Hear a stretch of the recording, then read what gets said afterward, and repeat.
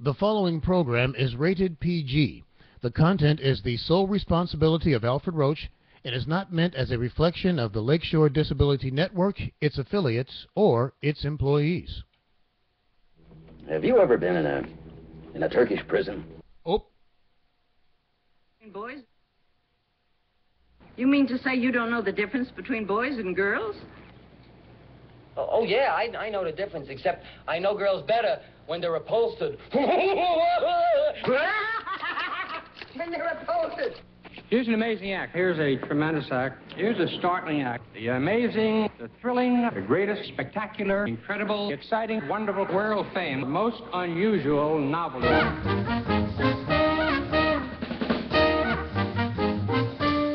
Good morning, Holland, Zealand, and all points west via the World Wide Web. It's time for the Internet World of Red's Place on the Lakeshore Disability Network. For this Friday, the 22nd day of November, 2013. And yes, I've got quite the show lined up for you this morning. Of course, the show will be framed by the greatest hits of all time, from the 60s, the 70s, and a little bit into the 80s. In this 5 o'clock hour, of course, we'll take a look at news headlines, and we'll talk about the conservative perspective on things, find out what's been going on in the last 24 hours since we last spoke. Also on today's show, a couple of really cool interviews. In the 7 o'clock hour, we will talk with Mary Rothschafer from the Critter Barn. You know, December is just around the corner, and that means the live nativity is just about ready to debut. So she'll tell us all about that, plus what else is happening out there at the farm. And we'll talk with Zeeland West High football coach John Shaletto. Yes, he's going to talk to us about a championship game. I believe his team is going to be playing. Details coming up at about 7:30 this morning. And we will talk about the week. Man, it has been quite the week. I don't know about you, but mine was like a roller coaster. So I'll share details about that coming up here in just a few moments here in the Internet World of Red's Place on the Lakeshore Disability Network. Going to start off this morning musically with some sounds from a Detroit native. Actually, well, not Detroit, but he is a Michigan native. You knew him at one time as Steveland Wonder. Was his last name Wonder? Steveland Morris. Duh. But then his producers thought, a better name would be Stevie Wonder. And the reason being because he was a wonder. A 9-year-old, blind from birth, who had these amazing musical talents. Remember his first song, Fingertips? That was the first big hit, Fingertips? Oh, very cool. Well, he went on to produce many Grammy award-winning albums, one of which was entitled Songs in the Key of Life. Isn't that a great title? One of the songs off of that LP was entitled Es un Historia. And we'll listen to it here in the Internet World of Red's Place on the Lakeshore Disability Network. The time is 5:08. A look at Holland's hometown forecast is coming up next.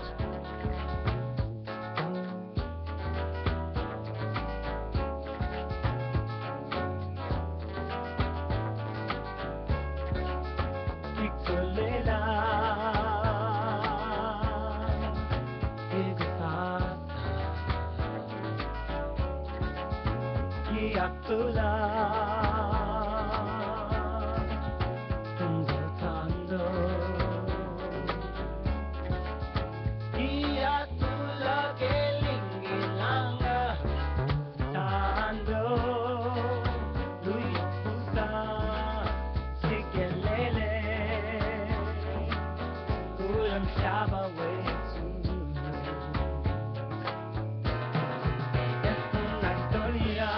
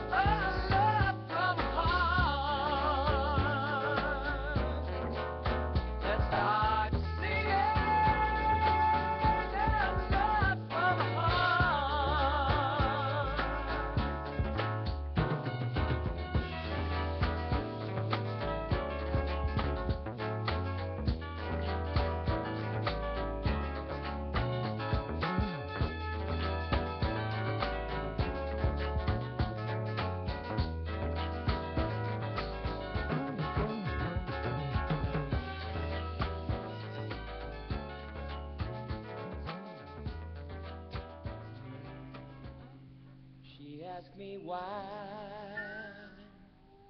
I'm just a hairy guy.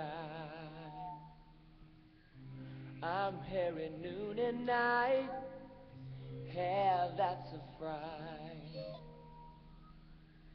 I'm hairy high and low, don't ask me why, don't know.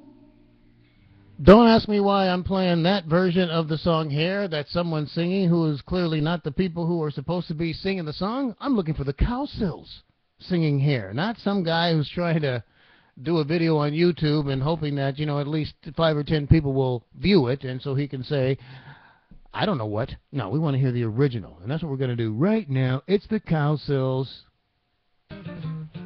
There we go. Here in the internet world of Red's Place on the Lakeshore Disability Network. She asked him why I'm a hairy guy. I'm hairy noon and nighty night night. My hair is a fright.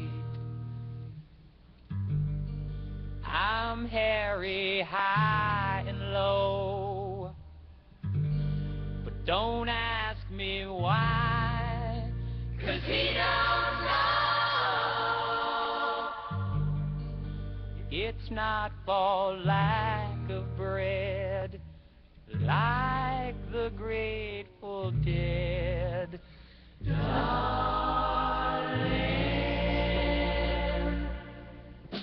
give me a head with hair, long, beautiful hair, shining, gleaming, streaming, flaxen, waxen. Give me down to there, shoulder length longer. Here, baby, there, mama, everywhere, daddy, daddy, hair. Grow it, show it, long as I can grow my hair. I let it fly in the breeze, sing it cause to the trees.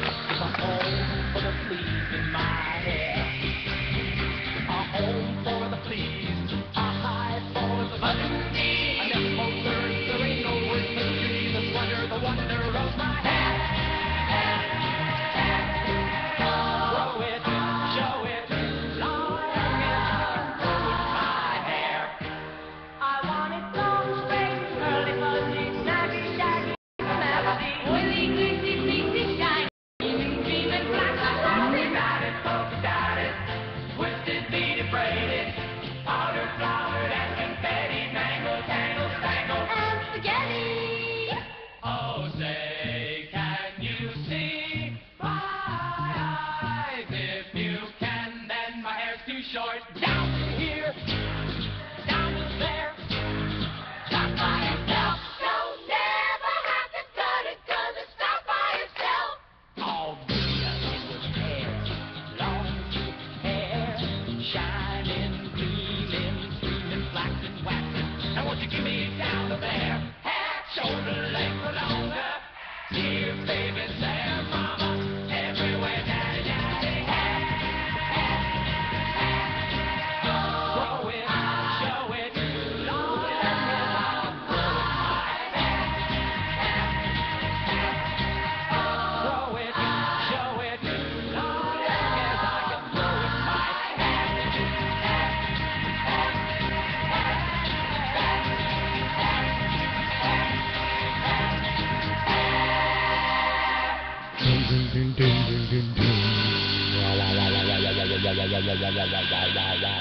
The Cowsills and Hair, Hair, Hair, Hair. Remember that song? If you're bald, do you remember having hair? Stop right there. Stop, monkeys. I'm not ready to play you yet, but I will play the monkeys in just a moment. Yeah, hair.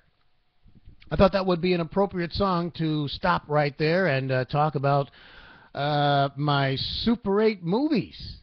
Yeah, a while back I found some Super 8 movies that I had filmed back in, the 70s and in the 80s. And, of course, I didn't have a projector for many, many years, but I kept those movies thinking one day I'll have them transferred over to DVD. Well, I recently took 2 of the Super 8 films, 50 feet each, to a box store that will do transfers. For just 2, it was going to cost me $59. I went ahead and sent them in, figuring, let me just, see what's up. But I thought, $59 for 2, I have at least 20 or 30. I can't afford to have them all transferred over, so I better start looking for a projector. Decided to finally go on eBay after 20 years, or however long eBay has been, out there. But I finally went on eBay, looked up Bell & Howell Super 8 projector, found one, bid on it, lost it, found another, bid on it, lost it, and then I got smart and thought, you know what, let's just find one that has a price that we like and a little button that says buy now. That way you don't have to worry about liking, not liking. And so I found one that I liked, and instead of hitting buy now, I'm still trying to be Mr. Bargain Guy because it's eBay, so I clicked make an offer. And so I made an offer. And then in the comments line, I explained why I made that offer. Trying to keep everything around $50 with the purchase of the projector and the shipping. Just lost my job. Oh, I poured it on heavy. I poured it on heavy. Just lost my job. My dog is gone missing and bald. And I don't know. Anyway, he just accepted my offer. And within 48 hours, bam, I had my Super 8 projector, and so I started looking at old movies. And the first thing I noticed from those old movies from the 70s is that I had lots of hair, hair, hair, hair, hair. Of course, as you see now, it looks as if I don't have hair. But if I can just be honest with you, because we are friends, I actually can grow hair. Yeah. I shave my head every 2 or 3 days. Now, if I didn't shave it, what would happen is I would get this band of hair. Remember that song from Frida Payne? All that left is a band of gold. Well, all that would be left on my head, if I were to let it grow, would be a band of hair right around here. Huh? Right around in here. Now, who do you know has a hairstyle like that, where it's all right around in here? I'm not just talking about your neighbor or your friend or your dad, maybe. Who in television? Right around in here. Who said Ronald McDonald? Whoever said Ronald McDonald, you're right. And I don't want to look like a clown. Now, there's another character, black character, television, had the hair around here. Can you think? Who said George Jefferson? You are correct. George Jefferson. Another person I don't want to look like. Isaac Hayes, though, good look. Telly Savalas, good look. So I'm going with the bald look. Anyway, last night I was looking at a movie when Shelley had gone.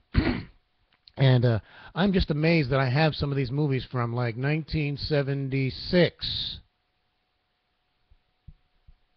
That's what, 36 years? And yes, some of the movies are kind of crackling up, like when they had that little piece of white leader tape on there. And a few of the movies I've had to cut that off because as I'm trying to feed it into the projector, it gets all hung up in there, and it's because it's really old. Sometimes it just snaps off altogether. But it is amazing, the quality.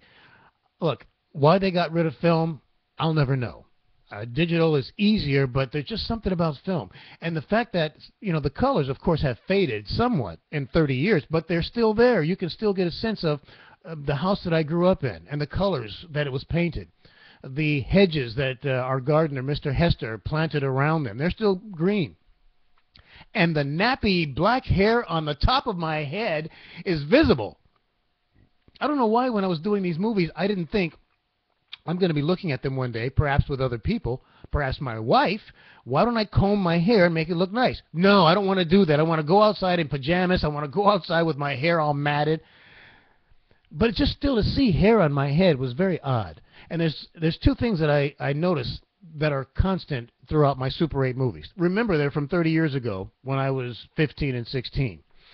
The one constant is me flipping the bird. Now, I don't know if this was an adolescent thing or if it was just my thing. But every so often you see my hand coming into the frame and then the bird. I'm seeing friends, they're waving at me, and the frame comes the hand and the bird.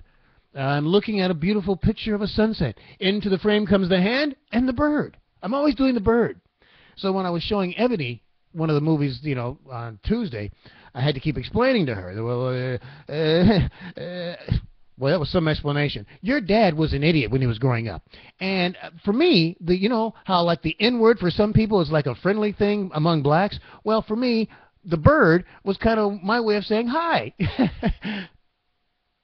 Anyway, that was one constant. And the other constant in my Super 8s is me showing my muscle, my bicep. I'm always rolling up my shirt, showing my skinny little arm, and then making this muscle that's kind of big. And I'm thinking, I wasn't a strong kid, but I used to do a lot of push-ups. And, of course, I did the weight training when I was trying to be a football player and all this stuff. But, man, I really had a pretty big muscle because, you know, I'm looking at it on the Super 8. It's a nice muscle. I do it over here. First of all, my arm shakes. I can't just hold my arm strong, steady anymore. It shakes. And then I'm looking at the muscle, and it's puny. It's not like that muscle on that 16-year-old. And that 16-year-old was paper thin. He was rail thin. I couldn't have weighed more than 130 pounds, but I had a bicep muscle. I don't know about the left. I never videotaped the left, but the right was cool. But look at this. His hand's shaky. So it's bittersweet looking at the movies. The young, youthful Red Kingman, and then looking through the mirror at the pudgy-faced, baggy-eyed, shaky-armed Red Kingman. Life can be mean. Oh, so mean. Anyway, let's go back to 1967, shall we? That was not a bad year. 67. Let's see. I was 8 years old, enjoying life, not even thinking about the day when I'd be a pudgy old shaky-armed guy. No, I was still the youthful, happy youngster who every, Wednesday afternoon at about 3:30 p.m. had to make sure that he was home because he had to see his favorite TV show, The Monkees. That's right, here's one of my favorite monkey tunes here in the internet world of Red's Place on the Lakeshore Disability Network. I could hide neath the wings of the bluebird as she sings. The 6 o'clock alarm would never ring, but it rings and I rise, wipe the sleep out of my eyes. We're shaving razors cold and it stings. Cheer up, sleepy Jean. Oh, what can it mean to a daydream believer and a homecoming queen? You once thought of me as a white knight on your sleeve. Now you know how happy I can be. Oh, and all the time starts and ends without our loved one to spend. But how much, baby, do we really need? Cheer up, sleepy Jean. Oh, what can it mean to a daydream believer and a homecoming queen? Cheer up, sleepy Jean. Oh, what can it mean to a daydream believer and a homecoming queen? Cheer up, sleepy G. From 1967, when I had hair, The Monkees and Daydream Believer here in the internet world of Red's Place. And you know what? There's still an ongoing debate as to which was the better Monkees lead singer. Oh, yeah. I actually helped to perpetuate this idiocy. No, actually, it's a cool thing to talk about. Because most of the time, when you heard the Monkees, Mickey Dolenz was the lead singer. And then ever so often you would hear Davy Jones. Now, Davy Jones did not have a bad voice, as evident by that song there, Daydream Believer. Cheer up, Sleepy G. But Mickey Dolenz, he just, and the English accent is cool. Don't get me wrong. But Mickey Dolenz, he just had this real all-American, gutsy kind of cool guy, wacky sound, and I just liked it a little bit better. But I want to know who you think is the better monkey. I might even put that question on my Facebook page. Hold on one second. I just played the Monkees. Not 2 E's in monkey, man.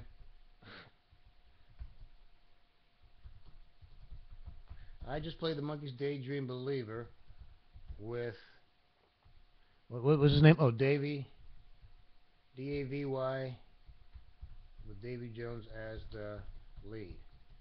Who do you think was a better lead singer of the Monkees? Wait. Who do you think was the better? Not a better. The better. The better lead singer of the Monkees. I like that. Not for the Monkees. I like of the Monkees. Of the monkey. Not two. Why do I keep trying to put 2 E's with monkey? Because there are 2 E's. All together now. Duh! All right, let's put the 2 E's back in there. I don't know why it didn't look right to me, but it didn't. Maybe it's because I'm still reeling from the fact that, I had all this nappy hair when I was young and a big giant muscle on my right arm. Okay, maybe that's what. All right, lead singer. Who would be the Monkees? And then that would be Mickey Dolenz, M-I-C-K-E-Y-D-O-L-E-N-Z, or D-A-V-Y-J-O-N-E-S. Question mark, and I will just pop that out there with 2 E's on the word monkey, and we'll go from there. How's that sound? And let's go from here. Let's go to the Weather Almanac for this Friday, the 22nd day of November, 2013. Let me see. It is the 326th day of the year, which means there are only 39 days to go, and then, whoa, 2014.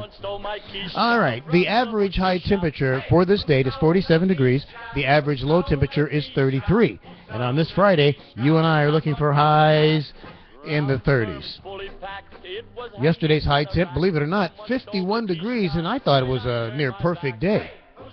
The overnight low, 38 degrees. I think something's wrong there. I do not believe for 1 minute that yesterday we had a high of 51 degrees. There is no way. Did you think it was 51 degrees? I got to go to the weather. I got to check this out. Excuse me for just 1 moment, because this cannot, I repeat, this cannot be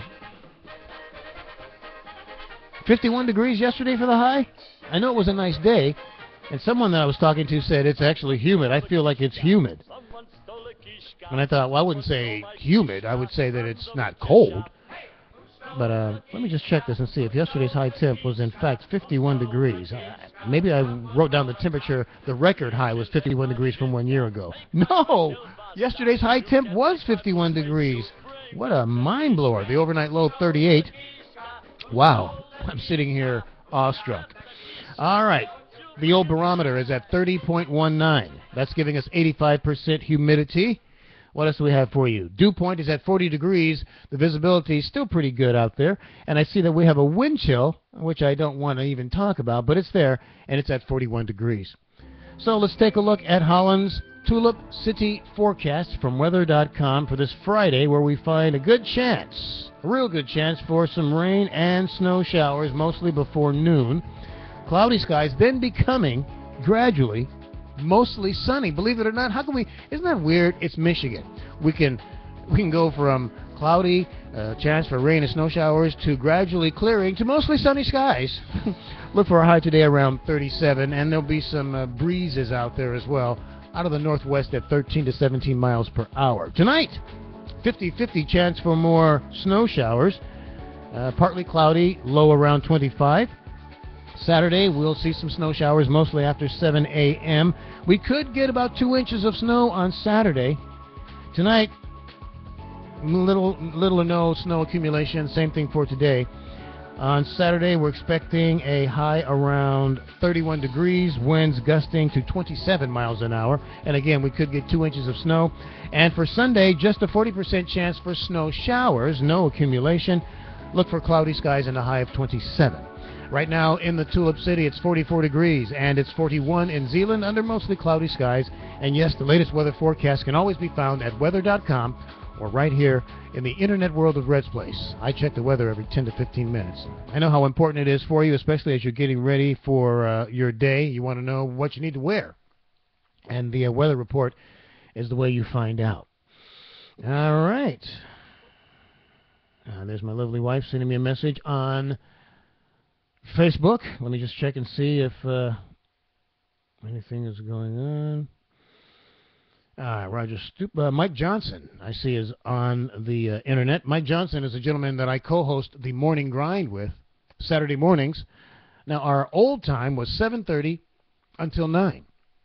But Mike recently signed a contract with Cozy 103.7 out of South Haven. And so the show will once again be broadcast on the radio. You'll be able to listen to it that way on your FM radio, tune in radio on your smartphone, or you can still watch us on live stream. Now, as I said, this has been quite the roller coaster week, and my week has something to do with the Morning Grind. When the week began, I didn't have a job in radio. And then I did have a job in radio, and then I didn't have a job in radio. And now where we stand is I just don't know. There's some stuff going on behind the scenes that is even a mystery to me and a total surprise and shock. And as soon as I can make sense of it all, as you know, I share with you, my listener friends, what's going on in my life, because really what happens to me kind of affects you too. I mean, we're that intertwined. We're that codependent. But yeah, wild stuff going on in the background. So the last thing I knew, I could not be on the radio. I did not have a job in the radio. You see, because of a contractual situation from my previous employer, I'm not able to be on the radio, you know, as a talk show host or DJ anything for a period of 1 year. That 1 year will end on September 18th, 2014. So when Mike Johnson made that deal with that radio station, that effectively, I thought I was going to be able to do it, and I talked with my former employer, at the corporate level, and they were going to agree to let me be on the show with Mike, but I would have had to give up pretty much everything, everything that I am, just to be able to do that. And I'm talking about things like I wouldn't be able to mention my time at that station or anything about it. I wouldn't be able to mention anything about people that I worked with. I wouldn't be able to use my name, Red Kingman. I wouldn't be able to have an internet presence except for on Mike's show. It was just so many stipulations. I thought, forget it. I'll just stay under the old agreement. It ends in September of next year.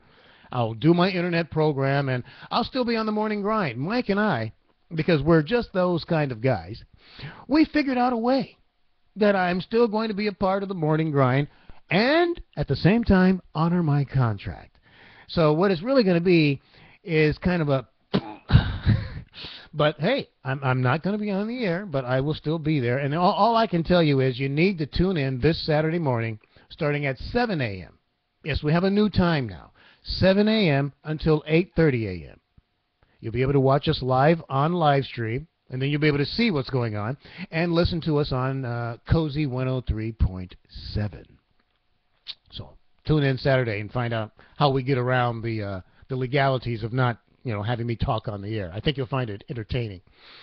And then there was this thing about me having a chance for a job at an oldie station in Grand Rapids, Super Hits 810.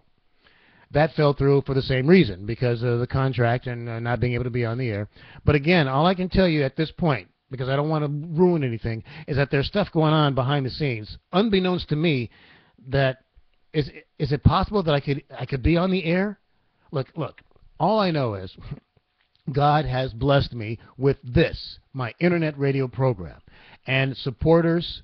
And, at the Critter Barn and the Lakeshore Disability Network, I've got supporters. I've got my listener friends who are, you're out there. Little by little, we're gathering our friends from the four corners of the community, as they, find out word of mouth that, hey, Red is still broadcasting and he's on the internet. They'll join us over here. So I'm actually pretty happy. I get to play the music that I want, that I know you love, 60s, 70s, some 80s. I get to do my humor, which many of you told me you enjoy. I get to share my Christian faith, which, unless I'm at a Christian station, I couldn't do. So this is actually a better situation for me. So here's what I'm thinking. If there are things going on in the background and moves are being made to try to get me back on the radio, great. That's wonderful. But until I hear something, I'm not going to get my hopes up high. I'm just going to keep doing what I got right here, and you and I are going to enjoy this until something else comes along. And I'm almost sure that unless it's a morning show, I'm going to keep doing this because I love this. I love playing the best music of all times, the music of the 60s, the 70s. That was our music. Great lyrics, great melodies. Everyone knows them. And sharing my faith, there's nothing better than that, because I'm in a community that has a very rich Christian heritage. Perfect fit. So, yeah, things are great. All right, let me take a look over here, because it's that hour. It's 5:37. It is the political hour. Just wanted to see what kind of news stories we've got going on out there. One thing I checked out last night, and it made me pretty happy, and I don't know, if you're a Monty Python fan, I'm sure you'll enjoy it. And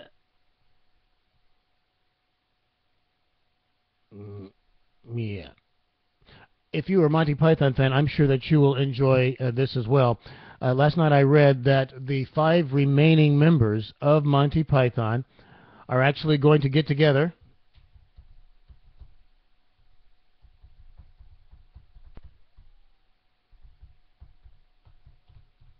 for a series of shows. And I was very excited to read that. Of course, I was saddened to know that I'm not going to be able to see any of those shows because they're basically going to be in London. They made a big deal. They had a big press conference, and they actually, I think, drew the name. They had a bunch of names of cities in there. I don't think any of them were in the United States. And, yeah. Let me read here to you. After leaking word of a reunion earlier this week, the surviving members of Monty Python made it official today in London at a press conference with Eric Idle, John Cleese, Terry Gilliam, who was really the guy who did most of those crazy drawings. That was really his contribution, and musically. He was also a writer, of course, but he wasn't much of an on-camera guy, but he's going to be now. Along with Michael Palin and Terry Jones, announced that they would perform live on stage next year for the first time in nearly, get this, 4 decades. And it's not because they were like the Beatles and they had a falling out, you're fun, I'm funnier than you. No, you. It wasn't that. They felt that they had reached the pinnacle of their art form, that they had done all that they could do, and before they got stale, which is smart on the part of entertainers, they got out of there.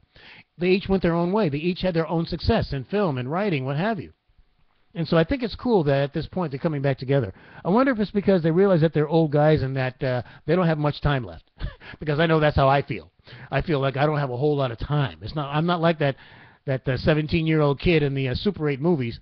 I'm this guy here, and I think I can see the gate over there. Before I couldn't see the gate. There was all this field out here. I couldn't even see fences. But now I see fences, and I think I see the gate. So I understand these guys. I understand what they're doing. But it has been nearly 4 decades. That's mind-blowing right there. The show, which was billed in an official release as the final reunion, sort of. That's classic Monty Python style. It's going to be televised, and we'll see the legendary comedy troupe come together on July 1st, 2014 for a live performance at London's O2 Arena. Tickets are going on sale, and I saw prices upwards of 100 American equivalent, 125 to start, 250. Would I pay that much to go and see an older version of Monty Python? Yeah. We're talking history here, folks. I wouldn't mess around with that at all. All right, what do we have here? Oh, big news yesterday. Let's see if I have this story. Oh, I don't. But I heard that the president has allowed the Senate to utilize this method by which they can break a filibuster. It's called the nuclear option. And I'm not happy about this. Not at all. Not at all. Hold on one second. Hold on just 1 second, because I'm really not happy about this at all. It's like this administration continues to screw with the Constitution, screw with the way things are done lawfully, and get away with it.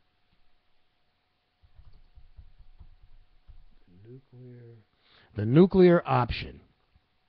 Let's give you a little background before we get into it. What is the nuclear option?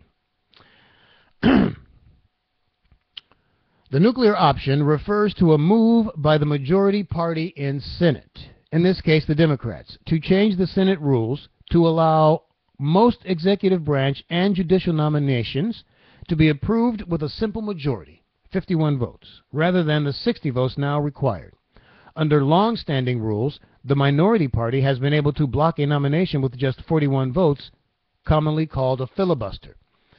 You know, I'm not sure which administration, or if it were Republicans or Democrats who, you know, devised this nuclear option and made it law, but I just think that it circumvents our Constitution. There should be a way by which men and women who are serving in the Congress and in the Senate, if they disagree with a bill, if they disagree with a nomination, they should be able to show that through a filibuster.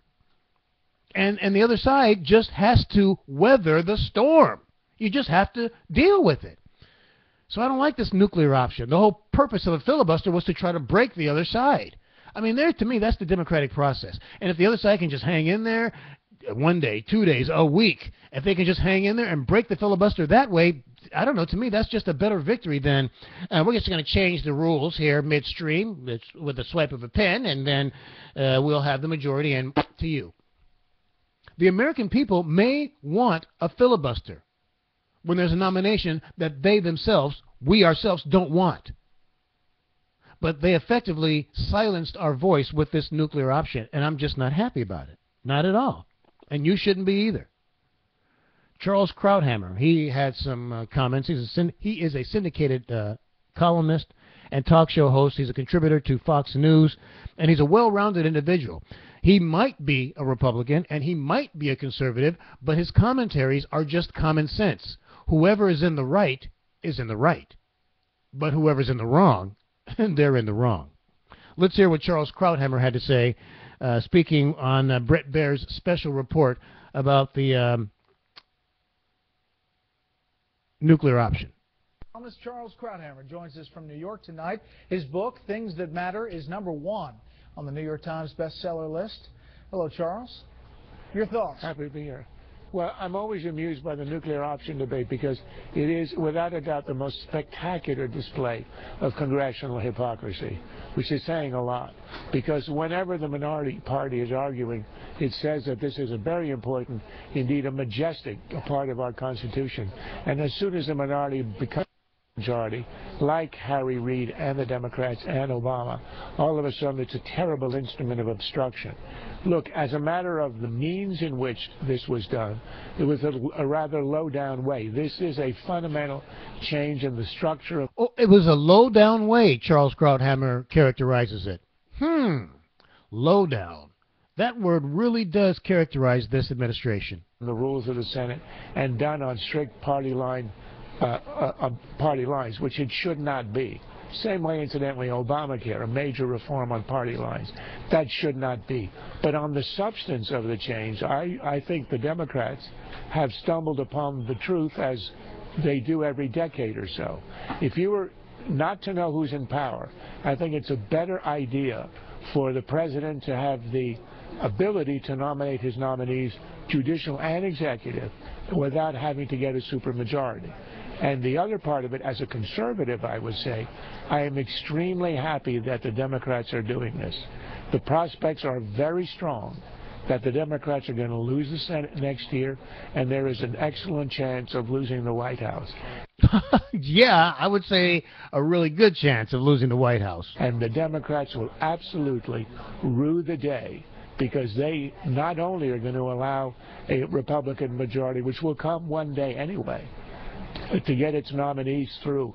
But Chuck Grassley has said that when Republicans come into power, they're going to include Supreme Court nominees. Oh, which is not the case now.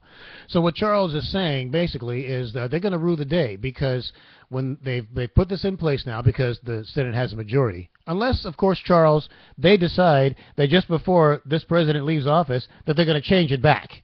That wouldn't surprise me. But if it stays in place and the Republicans sweep the Senate, well, they'll have that same power that the Democrats have, and they will add that they can now. This is also will include Supreme Court nominees. So that way, if the Democrats, who will then at some point be the minority, try to go, we don't want that. Too bad. A majority vote. Boom, it's done. So it's going to come back. It's like what goes around comes around. It's like reaping and sowing. It's like karma. Interesting. And the president's so funny. He said the reason why they needed the nuclear option. Let me see if I'd rather you hear it in his own words.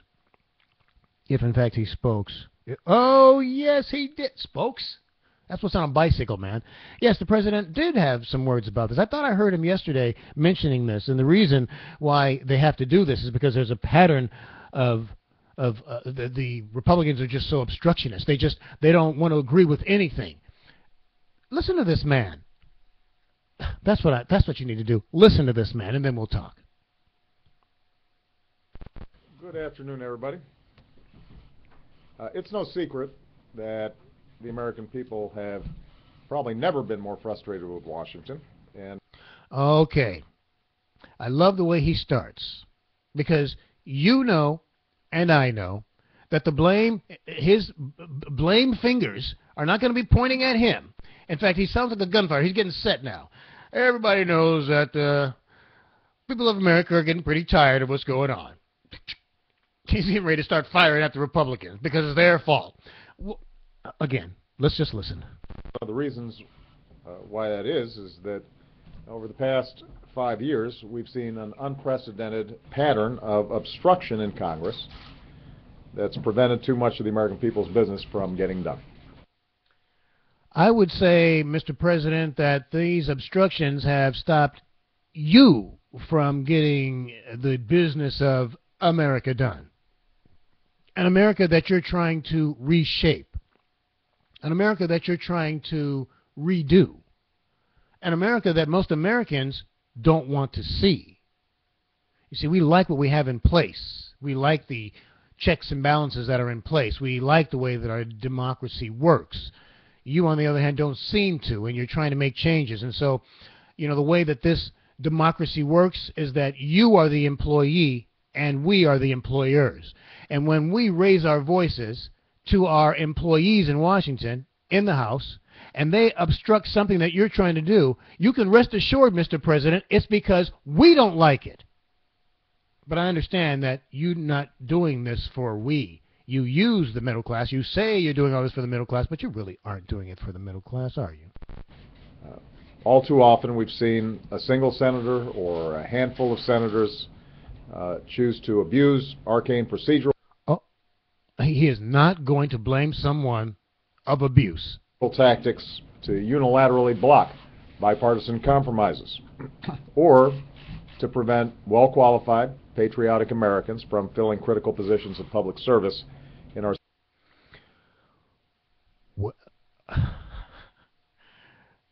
Do you see the way this man uses words? I just find it amazing. Simply amazing. When talking about the individuals that Republicans have blocked, that he has wanted to appoint to various positions, they suddenly become patriotic. Wait, let's just, what are his own words? Let me hear his own words about these Americans. Or to prevent well-qualified, patriotic Americans from filling critical positions of public service. Right, right. You see, this president, does he not seem oblivious to the system? Does he not seem just a bit arrogant and above it all? He's talking as if he himself gets to make the decisions for the American people, not based on our wants and needs, but based on what goes on in his head, or in that heart of his, or in that soul of his. I don't hear... He talks about an American people that don't exist, a group of people that exist only in his mind. Because if he would look at the polls, if he would look at the polls, he would see what Americans are saying and feeling. If the Republicans are blocking your nominations, Mr. President, it is because the American people don't want them in those positions. We have the same opportunities to research and find out information about these people. And if we find out information about them that we don't like and we don't think that they would fulfill the duties of the job in a way that would make us happy, we don't want them. You need to start listening to us, Mr. President, through our elected representatives. Our system of government. Now, at a time when millions of Americans have desperately searched for work, repeated abuse of these tactics have blocked legislation that might create jobs. He's telling the truth there. That might have created jobs. But don't you, Mr. President, think that the Republicans are smart enough to do their own research? They've got plenty of aides, lots of help around there. You don't think that they've checked into the various things that you were trying to propose and found that they did not represent what the American people wanted? They've defeated actions that would help women fighting for equal pay. Oh, here he goes. Now he's just doing his campaign speech.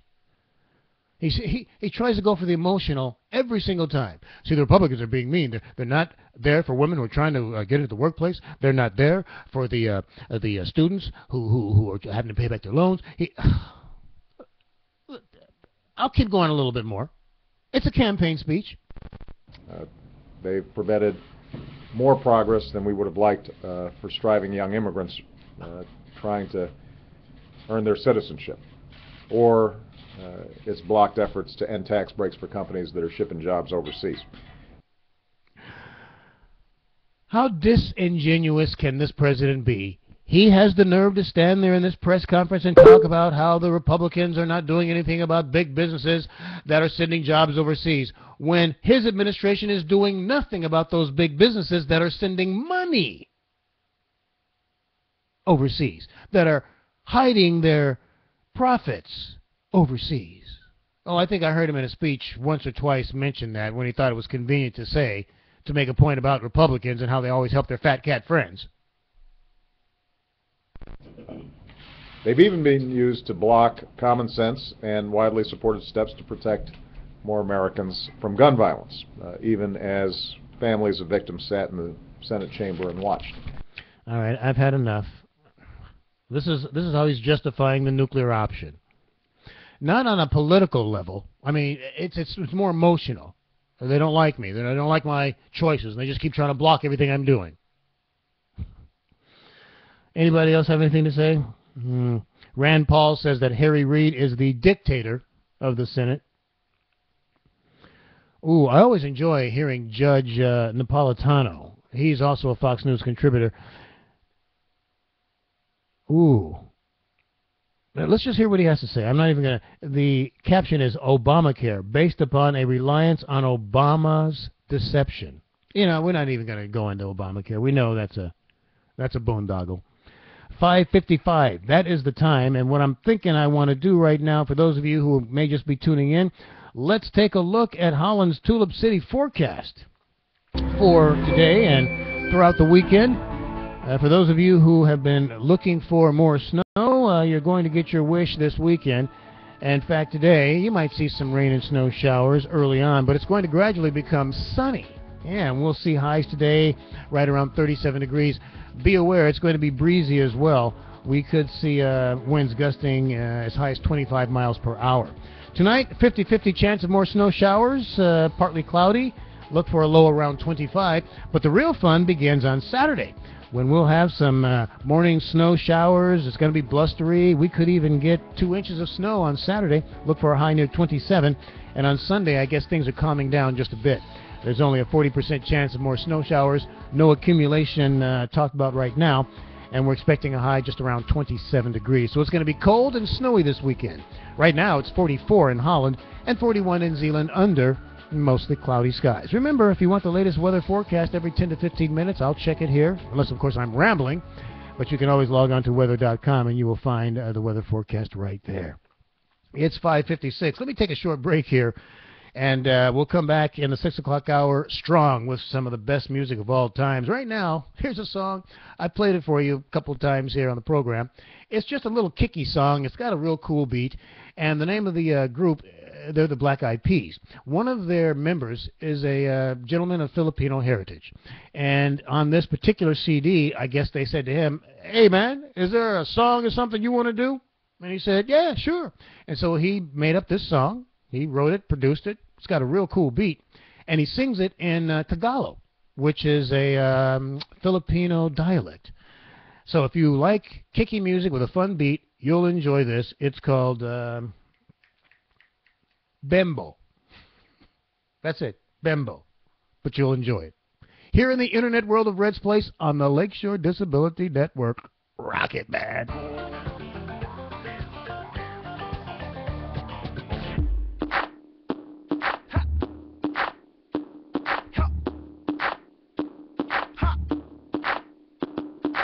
Bebo, bebo, be, bebo, bebo, be, bebo, bebo, be.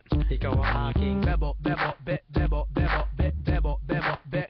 Ikaw ang aking bebo, bebo, be, bebo, bebo, be, bebo, bebo, be. Ikaw ay Filipino, Filipino, Filipino, Filipino. Hoy pare, pakinggan niyo ko.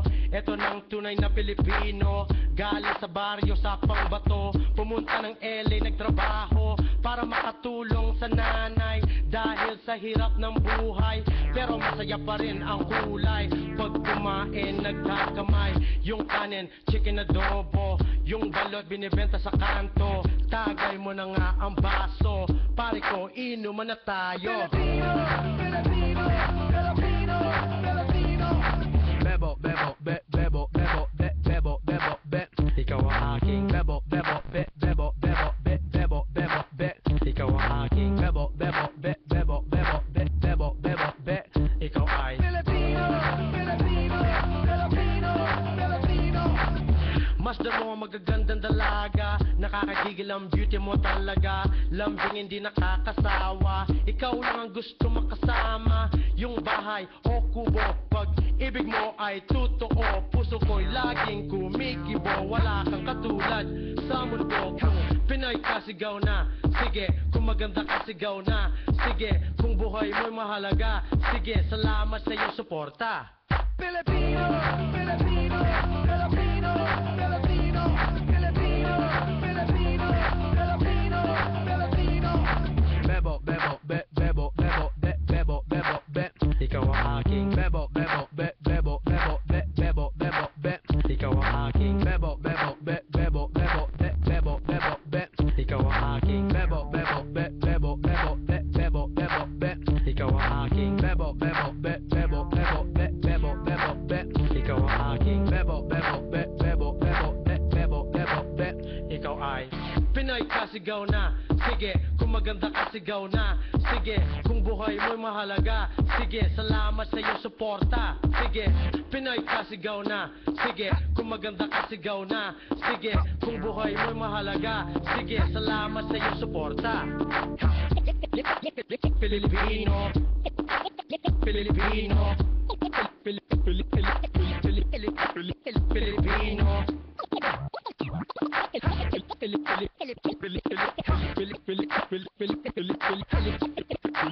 Filipino.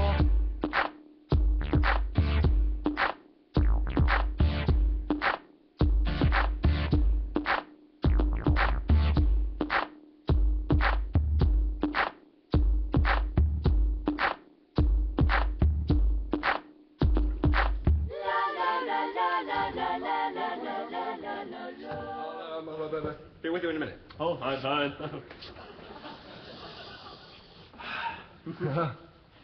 And now a little something from Monty Python.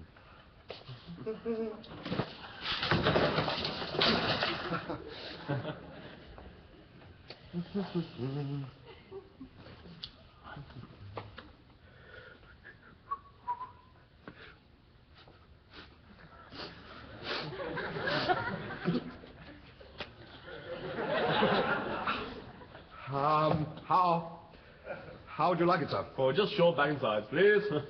How'd you do that? Just ordinary short back and sides. It's not a Razor cut. Razor cut. No, spurt artery murder. Oh, thank God, thank God. It's just, scissors. Yes, yes. You wouldn't rather have it just combed, would you, sir? Big pardon? You wouldn't rather forget all about it? No. I want it cut. Cut! Blood, spurt, artery, murder, Hitchcock, psycho, blood damage. Right, so I'll get everything ready. That's good. In the meantime, perhaps you'd fill in one of these. All right, fine, yes.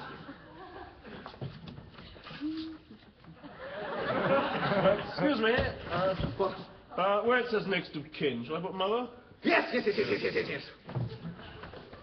Oh, there we are. Thank you. Right.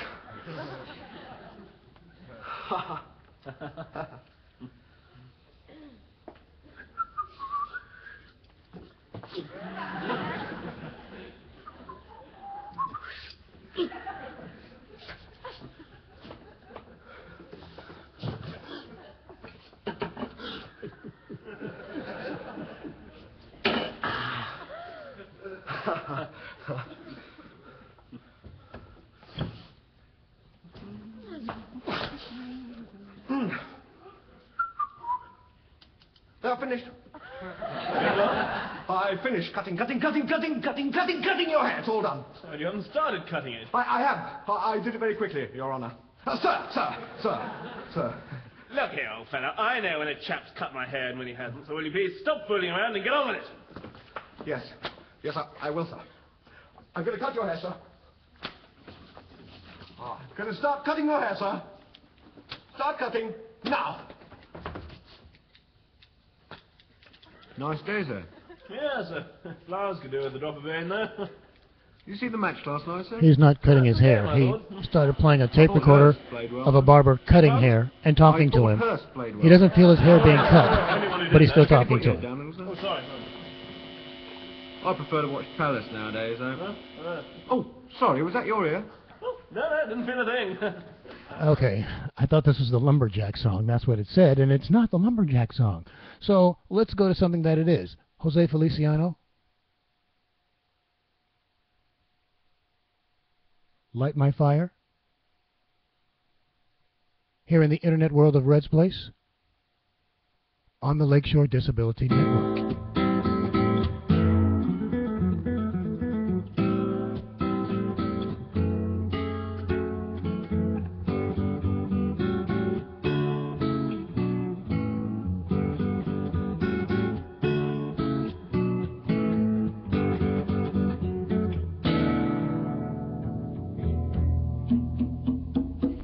You know that it would be untrue.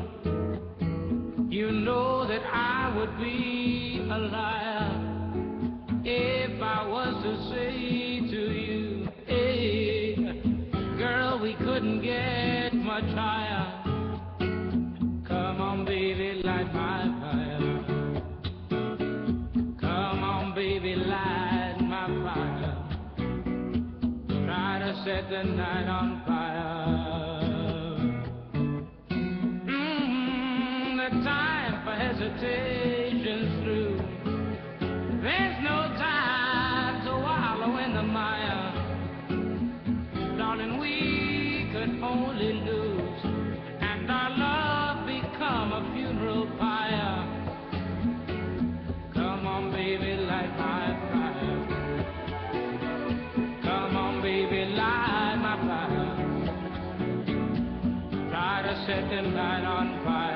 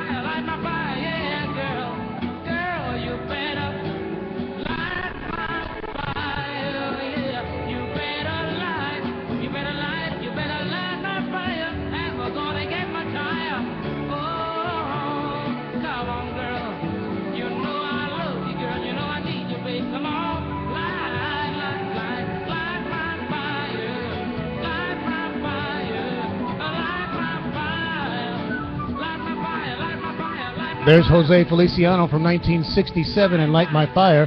Let's jump ahead to 1977 and the Bee Gees and Staying Alive by request here in the internet world of Red's Place on the Lakeshore Disability Network.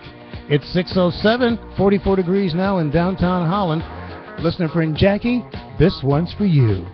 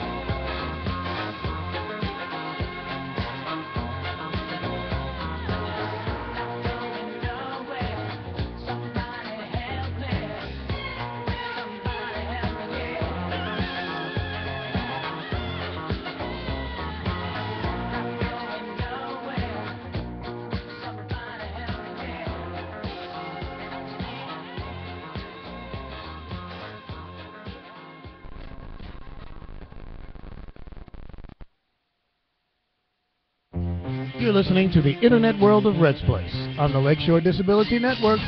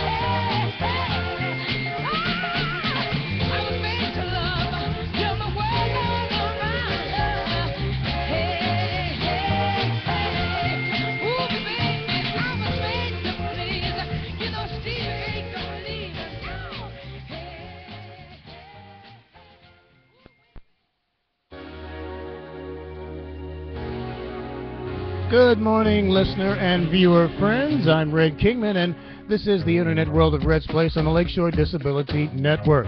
It's 6:15. We'll take a look at the Weather Almanac and Holland's Tulip City forecast in just a moment. But first, it's Michael Brooks and the Nation. Oh, yes, let's honor Jesus with some song right now.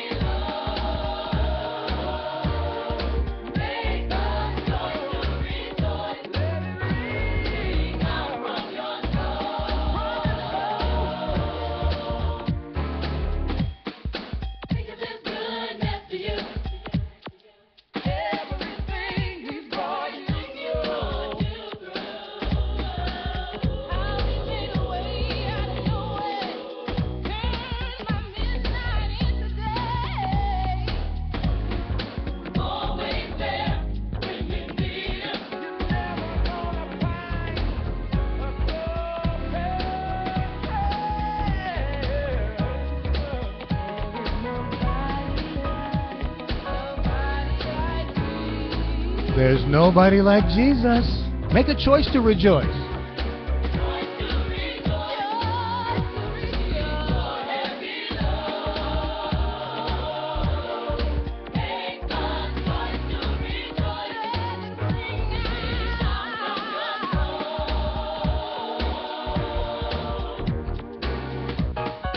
Yes, make a choice to rejoice.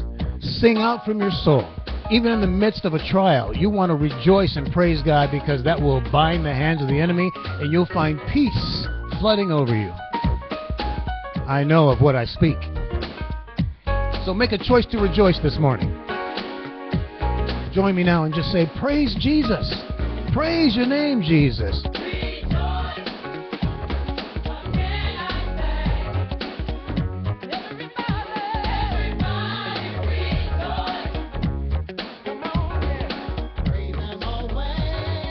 Praise him always.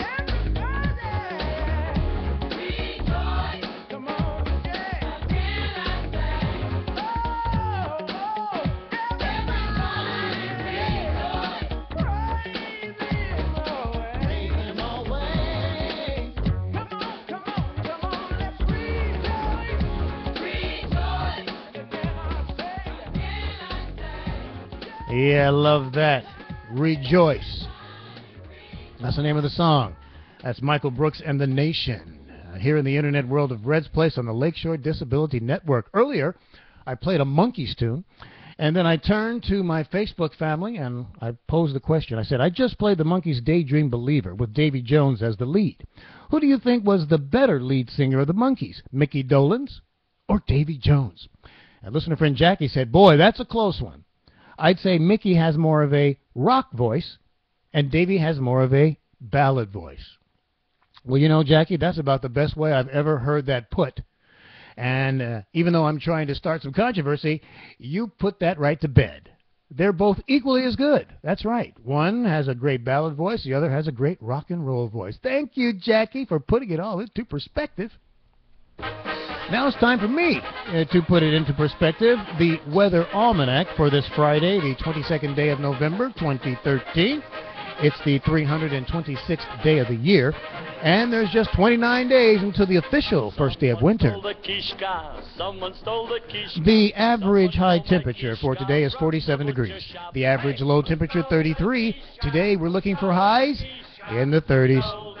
Yesterday's high temp, believe it or not, 51 degrees. So instead of a Indian summer, we had an Indian day. Indian summer day? Never mind. Let's see, if you're looking for a record high, the record high for this date set in 2010 was 64 degrees, and the record low of 19 above zero set on this date back in 2008. What a contrast. This morning, the sun will rise at 7:45 a.m. and set this evening at 5:15 p.m. Right now, the barometer is at 30.19. That's giving us 89% humidity. We have pretty good visibility on the area roads, although there's a little mist out there. The dew point is at 40 degrees, and it looks like we lost our wind chill, but that doesn't mean that we lost our chance for some snow. So let's go ahead and take a look at Holland's Tulip City forecast from weather.com and find out just when and where the snow's going to hit. For today, there is a slight chance for a rain and snow shower mix, mostly this morning. But watch the skies gradually become clear, and we should have some sunshine by the afternoon with a high that'll end up around 37 degrees. Yeah, the temperature is going to fall. For this evening, look for a 50-50 chance for more snow showers, mostly after 4 in the morning. Partly cloudy overnight, low 25. Saturday, we will see some snow showers, mostly in the afternoon. We could get up to 2 inches of accumulation. Look for a high of 27. And for Sunday, a chance of snow showers, otherwise cloudy, and a high of 27. It is 43 degrees now in Holland and 41 in Zeeland under mostly cloudy skies. The latest weather forecast can be found at weather.com. Or just keep listening to the show every 10 to 15 minutes. I will check the weather. Well, it is Friday, and the weekend is just a few hours away from a lot of folks who are working on a Friday. If you're a third shifter, you're already at home, and you're probably not listening to me, so this is a moot point. But if you're a first or second shifter, you've got the day ahead of you. But once it's done, I know this is what you'll be saying. It's from the Animals, and we got to get out of this place. Here in Red's Place 2.0 on the Lakeshore Disability Network. In this dirty old part of the city where the sun refused to shine, people tell me there ain't no use in trying. Now, my girl, you're so young and pretty, and one thing I know is true, you'll be dead before your time is due. I know. Watch my daddy in bed and crying. Watch his hair been turning gray. He's been working and slaving his life away. Oh yes, I know. He's been working so hard. Oh my, I've been working too, baby. Every night and day. We gotta get out of this place. If it's the last thing we ever do, we gotta get out of this place. Girl, there's a better life for me and you.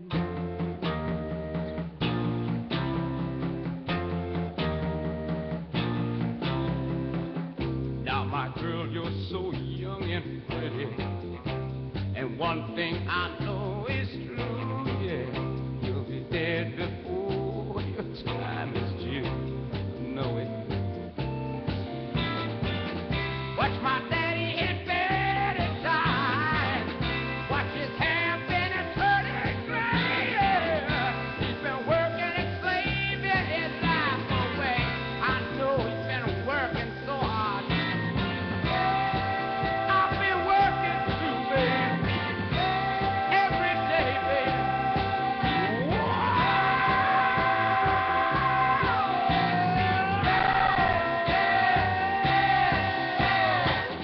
We gotta get out of this place. If it's the last thing we ever do, we gotta get out of this place. Girl, there's a better life for me and you. Somewhere, baby. Somehow I know it, baby. We gotta get out of this place. If it's the last thing we ever do, we gotta get out of this place. Girl, there's a better life for me and you. Believe me, baby. I know it, baby. You know it too. The Animals here in the internet world of Red's Place, and we got to get out of this place. That is the new Friday anthem that people start singing at about, I don't know, 1 o'clock or so if you're on the first shift. Probably around 7 or so if you're on the second shift. Yeah. All right, so let's just take a little time here to chit-chat a bit. I have a list of things to talk about. The week, the cat, the car, the job, the grind, and my father.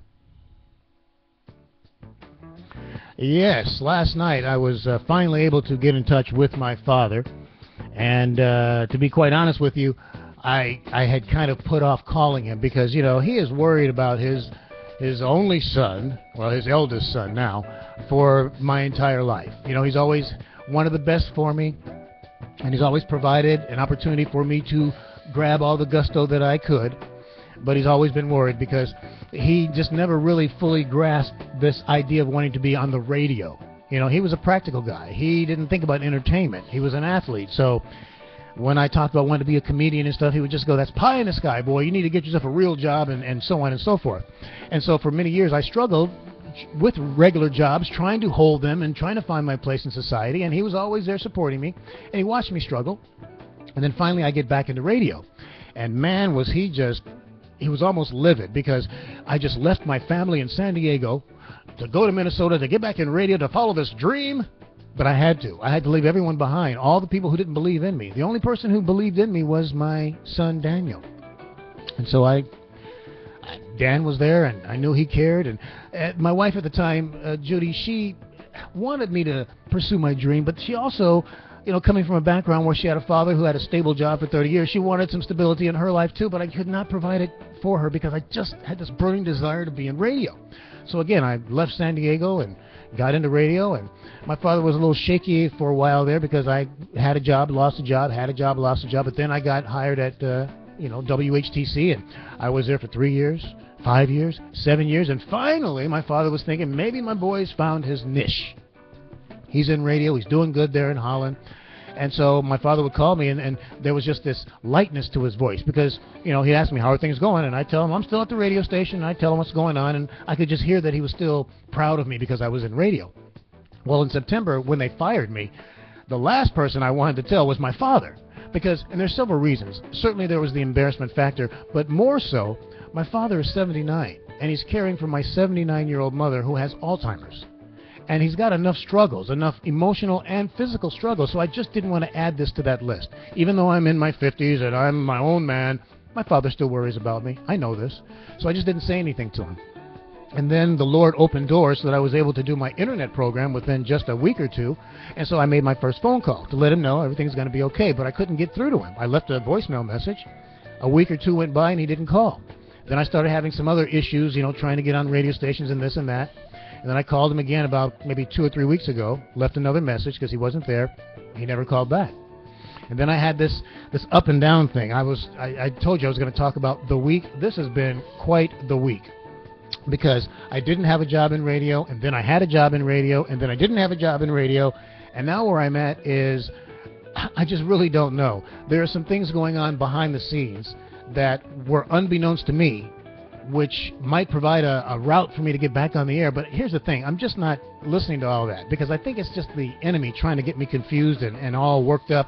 The bottom line is God opened this door for the internet world of Red's Place where I can share my faith, play the greatest hits of all time, play Christian music, pray with people, and of course the great conservative commentary that you have come to know Red Kingman for.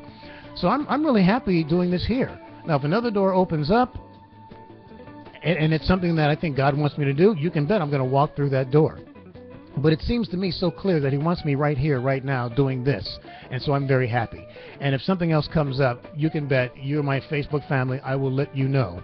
I might let you know something on Monday. I'm not sure, but we'll find out. So there it is. I talked about the week. I talked about my dad.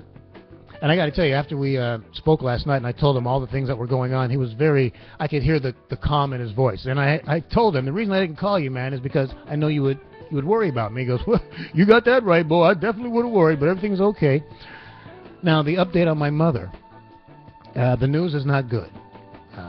She is not getting better.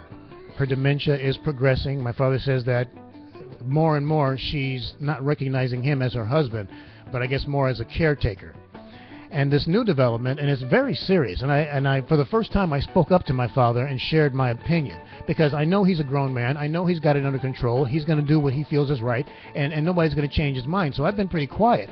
But last night he told me that my mother's condition has worsened to the point where she has such pain, not in one knee, but in both knees, that she's just not mobile.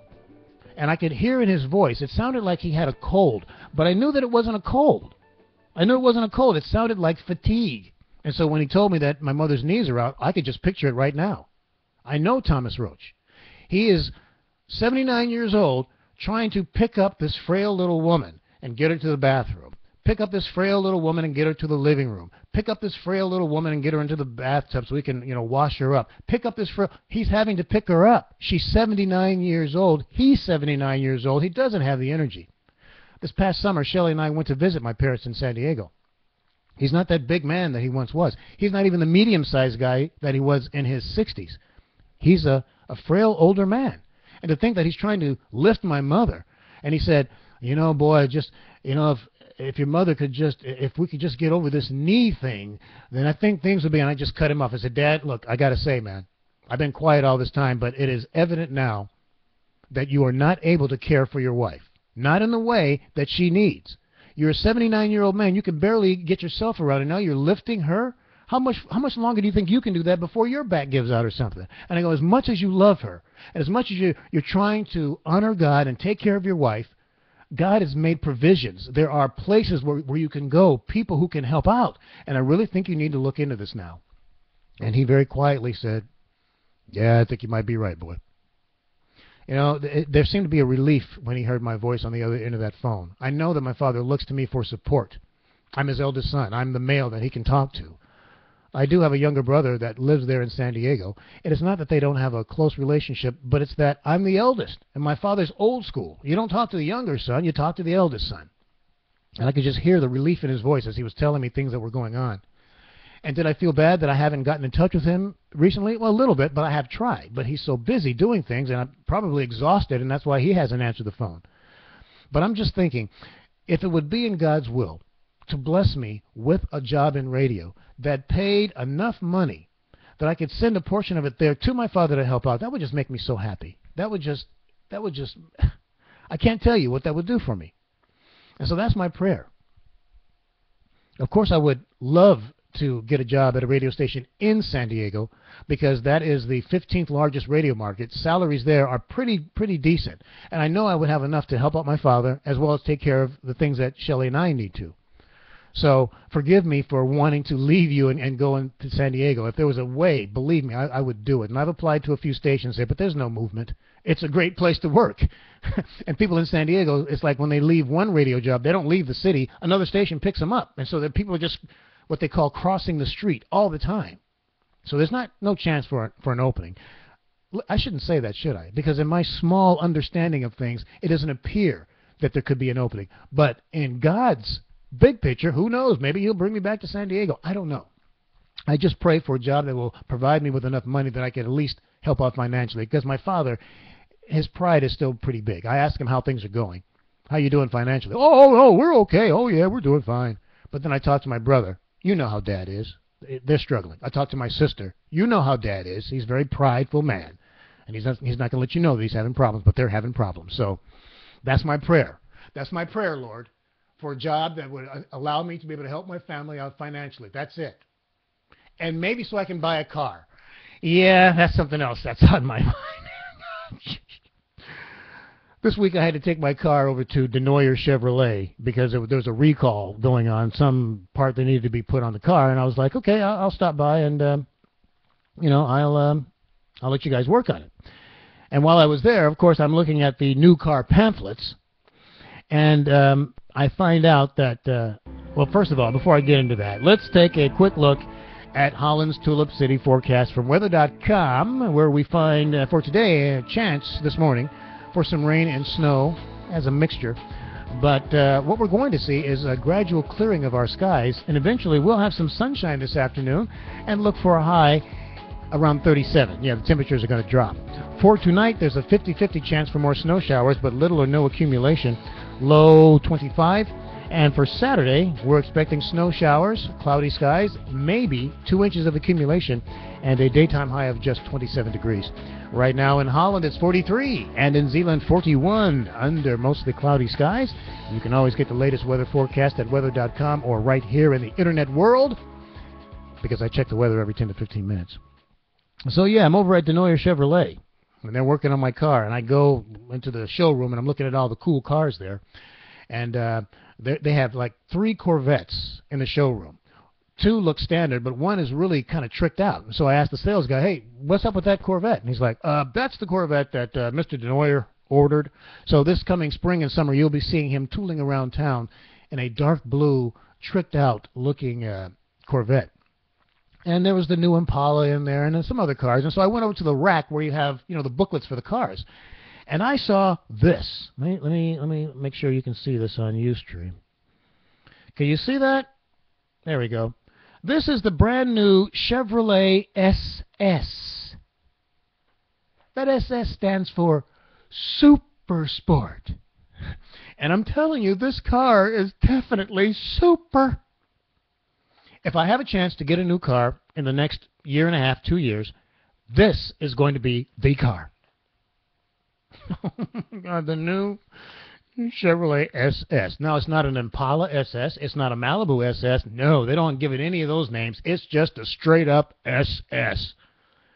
And it is so beautiful. So beautiful. It has an an L83 V8 that puts out 415 horsepower. Yes, this from the man who just this past summer got a speeding ticket and had to pay out $267. That's right. I want a car that has 415 horsepower. Not so I can get another ticket. No.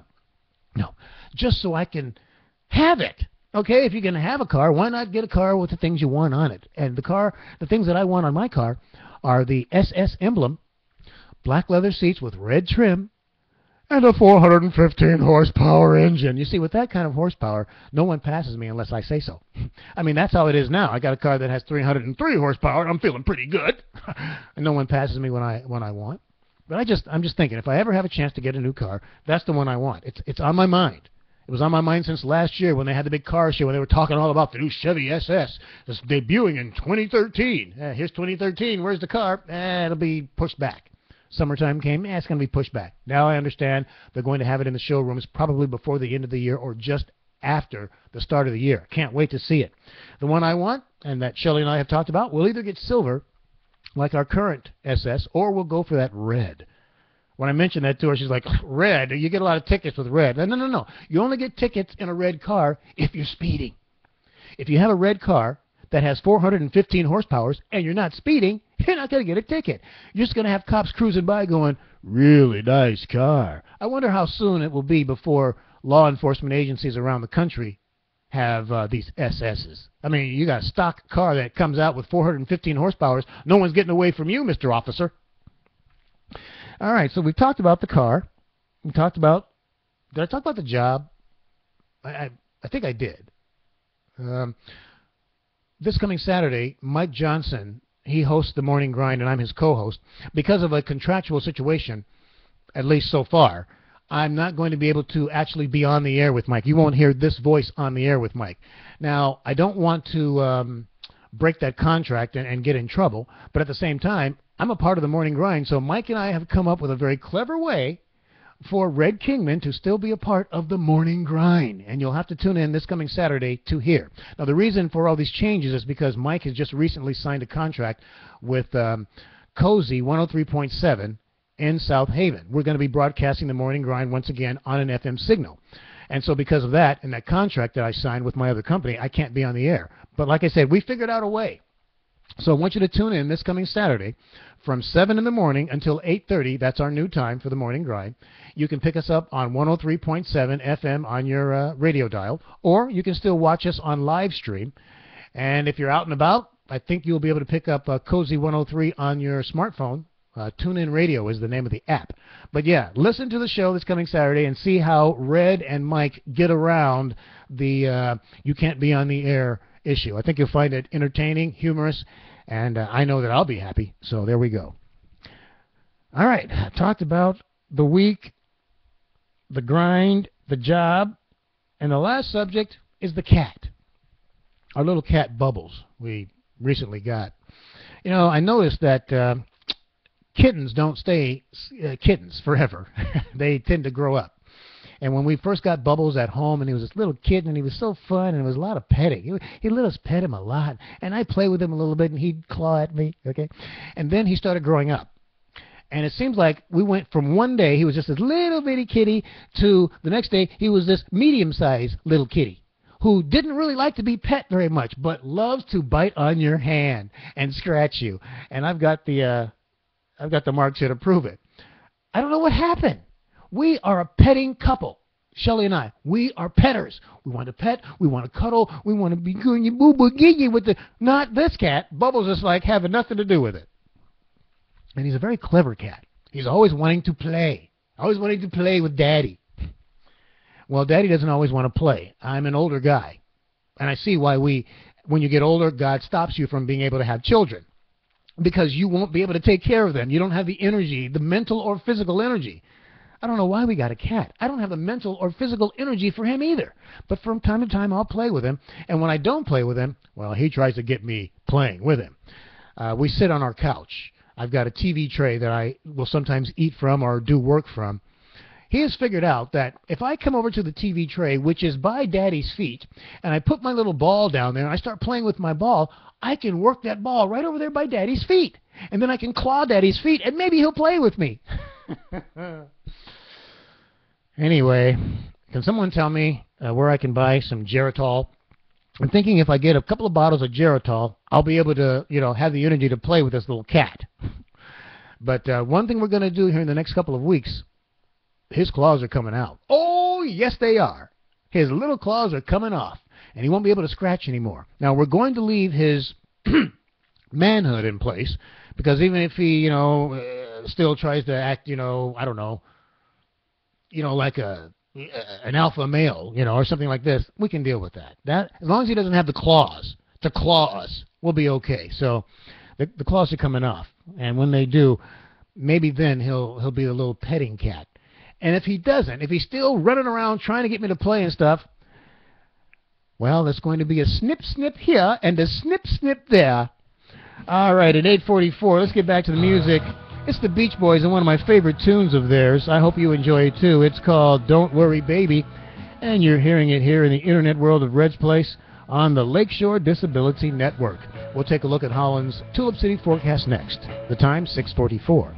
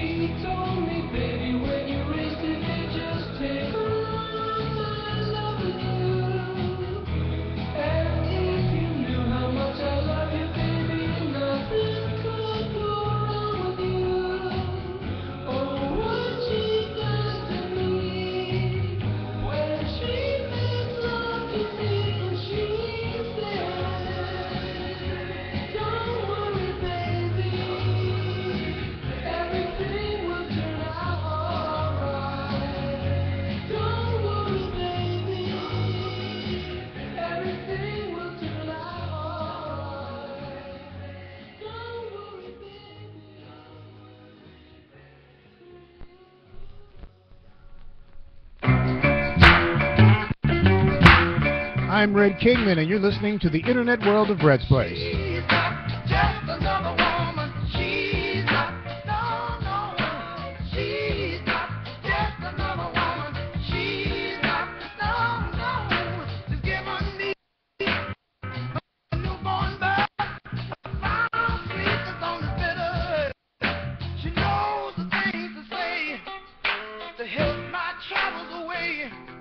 When the words you say won't do, she'll try to keep her too.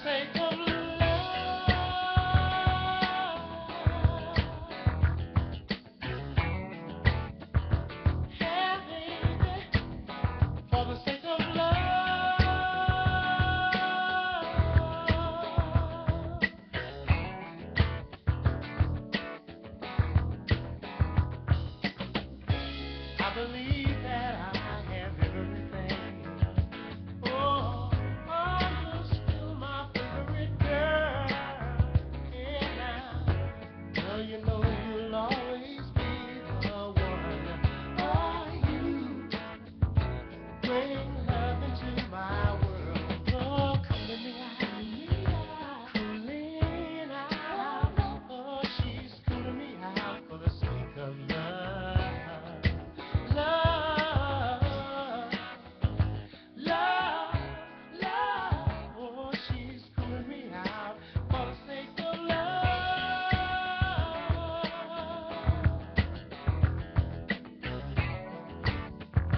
Yeah, baby, let's go somewhere. Yeah, where we can cool out, baby. Oh, oh, it doesn't really matter to me. Yeah, anywhere is where I wanna go. Close to you is where I want to be.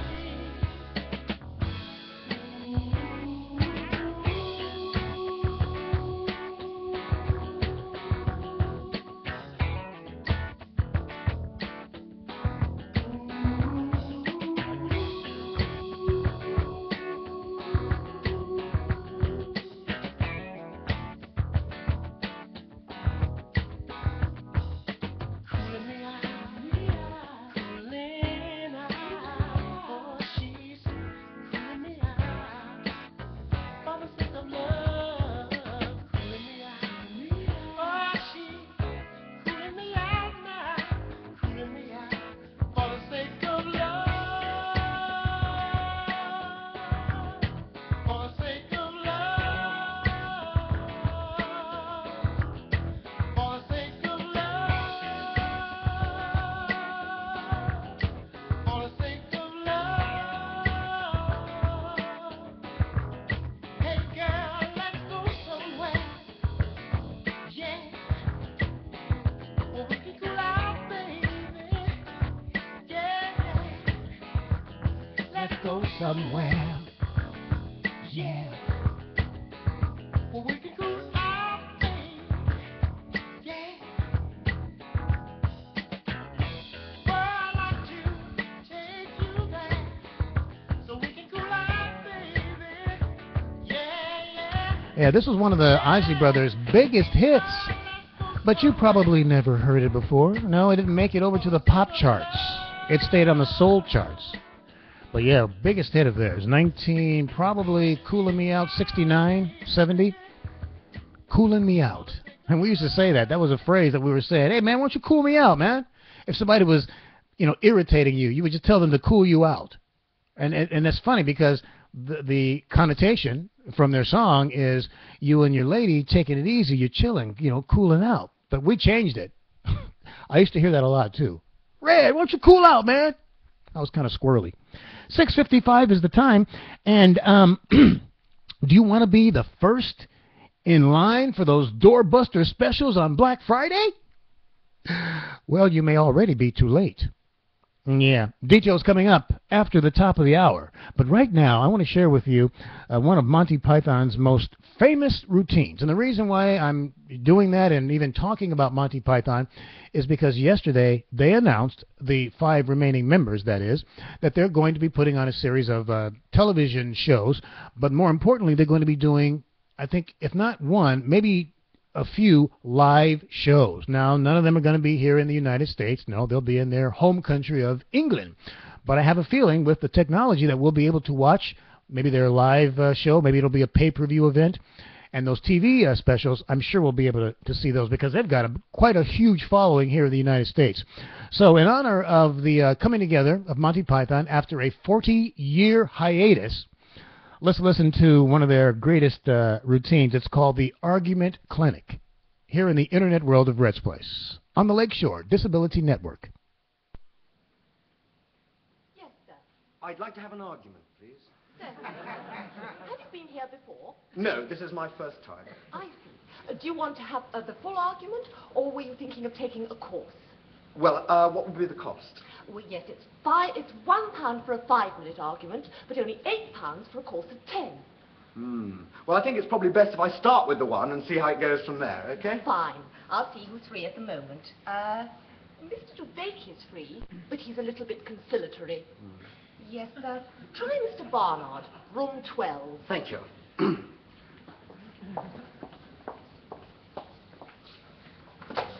What do you want?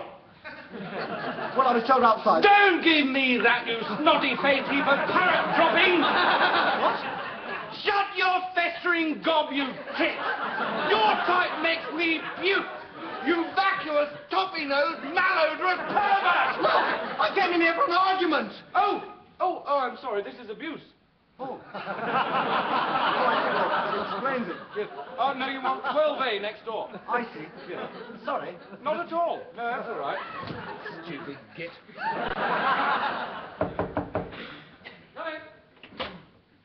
Is this the right room for an argument? I've told you once. No, you haven't. Yes, I have. When? Just now. No, you didn't. Yes, I did. Didn't. I Didn't. I'm telling you I did. You did not. Oh, sorry, is this a 5-minute argument or the full half hour? Oh, just the 5-minute one. Fine. Thank you. Anyway, I did. You most certainly did not. Now, let's get one thing quite clear. I most definitely told you. You did not. Yes, I did. You did not. Yes, I did. Didn't. Yes, I did. Didn't. Yes, I did. No, this isn't an argument. Yes, it is. No, it isn't. It's just contradiction. No, it isn't. Yes, it is. It is not. It is. You just contradicted me. No, I didn't. Oh, you did. No. You did, just then. No, nonsense. Oh, look, this is futile. No, it isn't. I came here for a good argument. No, you didn't. You came here for an argument. Well, an argument's not the same as contradiction. Can be. No, it can't. An argument's a connected series of statements to establish a definite proposition. No, it isn't. Yes, it is. It isn't just contradiction. Look, if I argue with you, I must take up a contrary position. But it isn't just saying no, it isn't. Yes, it is. No, it isn't. Argument's an intellectual process. Contradiction is just the automatic gainsaying of anything the other person says. No, it isn't. Yes, it is. Not at all. No, look. Thank you. What? That's it. Morning. But I was just getting interested. Sorry, the 5 minutes is up. That was never 5 minutes just now. I'm afraid it was. No, it wasn't. Sorry, I'm not allowed to argue anymore. What? If you want me to go on arguing, you'll have to pay for another 5 minutes. But that was never 5 minutes just now. Oh, come on. This is ridiculous. I'm very sorry, but I told you I'm not allowed to argue unless you pay. Oh, all right. There you are. Thank you. Well? Well, what? That was never 5 minutes just now. I told you I'm not allowed to argue unless you pay. I just paid. No, you didn't. I did. I did. No, I don't want to argue about that. Well, I'm very sorry, but you didn't pay. Aha! Well, if I didn't pay, why are you arguing? Gotcha. There you have it. Is that? If you're arguing, I must have paid. Not necessarily. I could be arguing in my spare time. I've had enough of this. No, you haven't. Oh, shut up.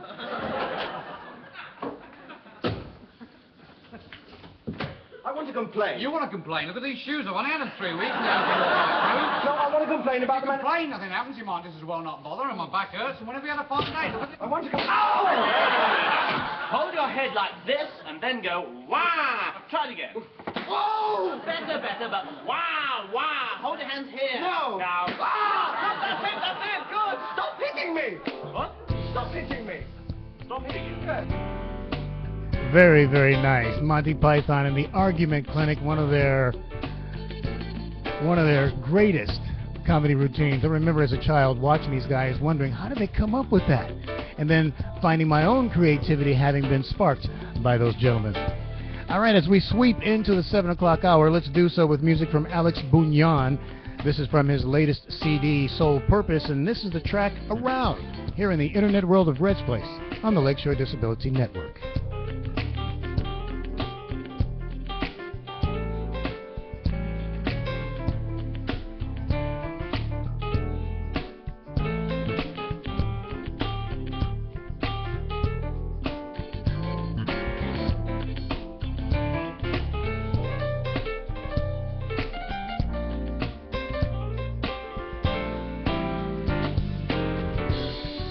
Hey, I'm to me,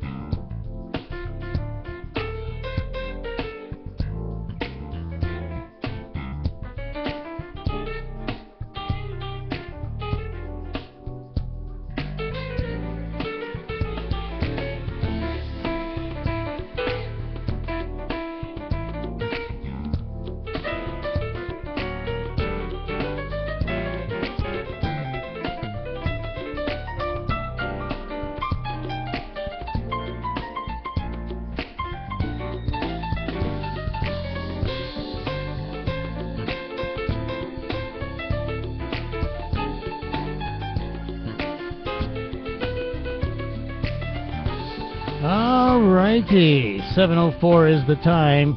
And yeah, you want to be the first in line for those doorbuster specials on Black Friday, don't you? Well, you might already be too late.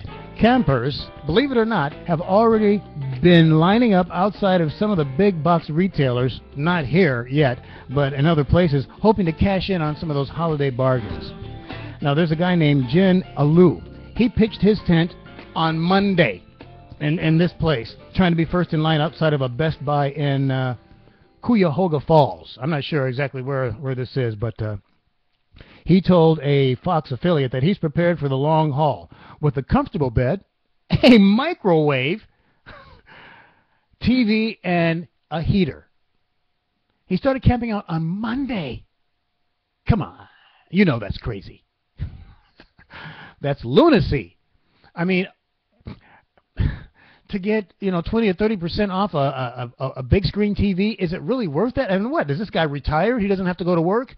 Oh, maybe he specifically took this week off from work so that rather than getting things done around the house or taking some time for himself, he's camping in front of a Best Buy with a microwave oven. And this is not the first time he's done it. Oh no. He's done this for the past 3 years, but that's nothing next to his temporary neighbor, a guy named Tony Avatar, who's been doing this for 11 years. So him and Tony, they're there first in line.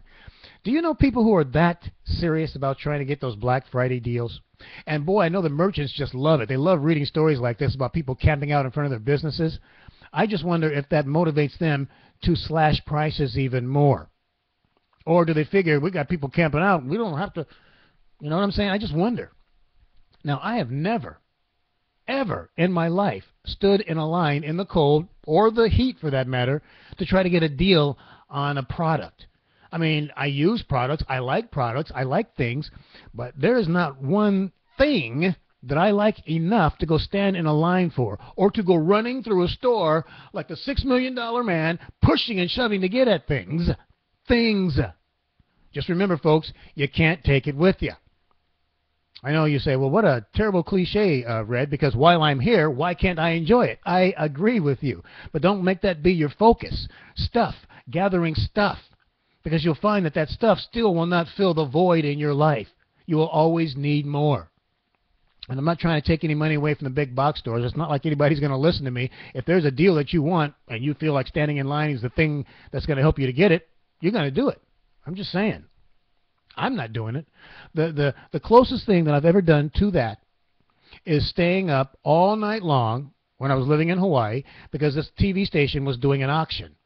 And it just occurred to me that most people are going to be bidding on items, from 6 in the evening until about midnight.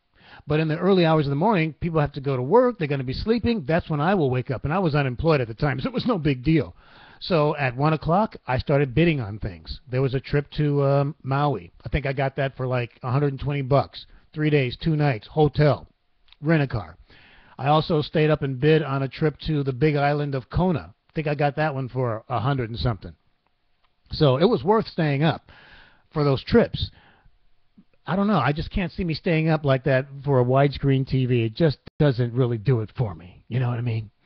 All right, I see that the time is 7:08. So I suppose we should go ahead and take a look at the Weather Almanac for this Friday, the 22nd day of November, 2013. It is the 326th day of the year. There are only 39 days left in 2013 and 29 days until the official first day of winter. Although if we do get 2 inches of snow this Saturday, it'll pretty much feel like winter, huh? The average high temperature on this date is 47 degrees. The average low temp, 33. On this day, we're looking for highs in the 30s. Yeah. Yesterday's high temp was a surprising 51 degrees. The overnight low, a very typical 38. But there's nothing typical about the record low of 19 degrees above zero. That was set on this date back in 2008. In this hour, the sun is going to rise at 7:45 a.m., and this evening it'll set at 5:15 p.m. The barometer is going up, which suggests maybe some precipitation on the way. Now it's at 30.21. Visibility is still pretty good. We have a dew point of 39 degrees. Oh, great. The wind chill is back. Yeah. And it's at 35 degrees. Great. All right, let's look at Holland's Tulip City forecast from weather.com, where we find a chance for a rain-snow mix this morning, but look for gradual clearing and then sunshine this afternoon. Temperatures are going to fall to about 37 for a high. This evening, 50-50 chance for more snow showers, but no accumulation. Look for a low around 25. Saturday, that's when things are going to kick up a bit. We're expecting snow showers that could leave about 2 inches of accumulation or less. It'll be breezy as well. The winds could gust to 36 miles per hour. Look for a high near 27. Sunday, just a 40% chance of more snow showers, high near 27. And for Monday, even better, just a 30% chance for some snow showers. Otherwise, look for partly sunny skies on Monday with a high near 36. In Holland right now, it's 43 degrees. And in Zeeland, 40 under mostly cloudy skies. And of course, the latest weather forecast can be found at weather.com. You can also just continue listening here, because I'm sure I'm going to check the weather at least 2 more times before the show is over. Coming up, a conversation with Mary Rotschafer from the Critter Barn. We'll find out when the live nativity is going to take place. I have a feeling that that's going to be anytime. Anytime. Here, at least as we get to the first part of December. And she'll also bring us up to speed as to what's been happening at the farm and what you can expect if you were to go there today or this weekend. And then the interview that I'm really looking forward to is going to be with Zeeland West football coach John Shiletto. He's going to talk about the upcoming game against Stevensville Lakeshore, and about the season, and about what he thinks their prospects are for winning the State Division III semifinal. So that's coming up as well. But first, we need to get to a little music, and then we'll talk to Mary Rotschafer. Remember this one from the mid-'70s? Freda Payne and Band of Gold, here in Red's Place 2.0 on the Lakeshore Disability Network.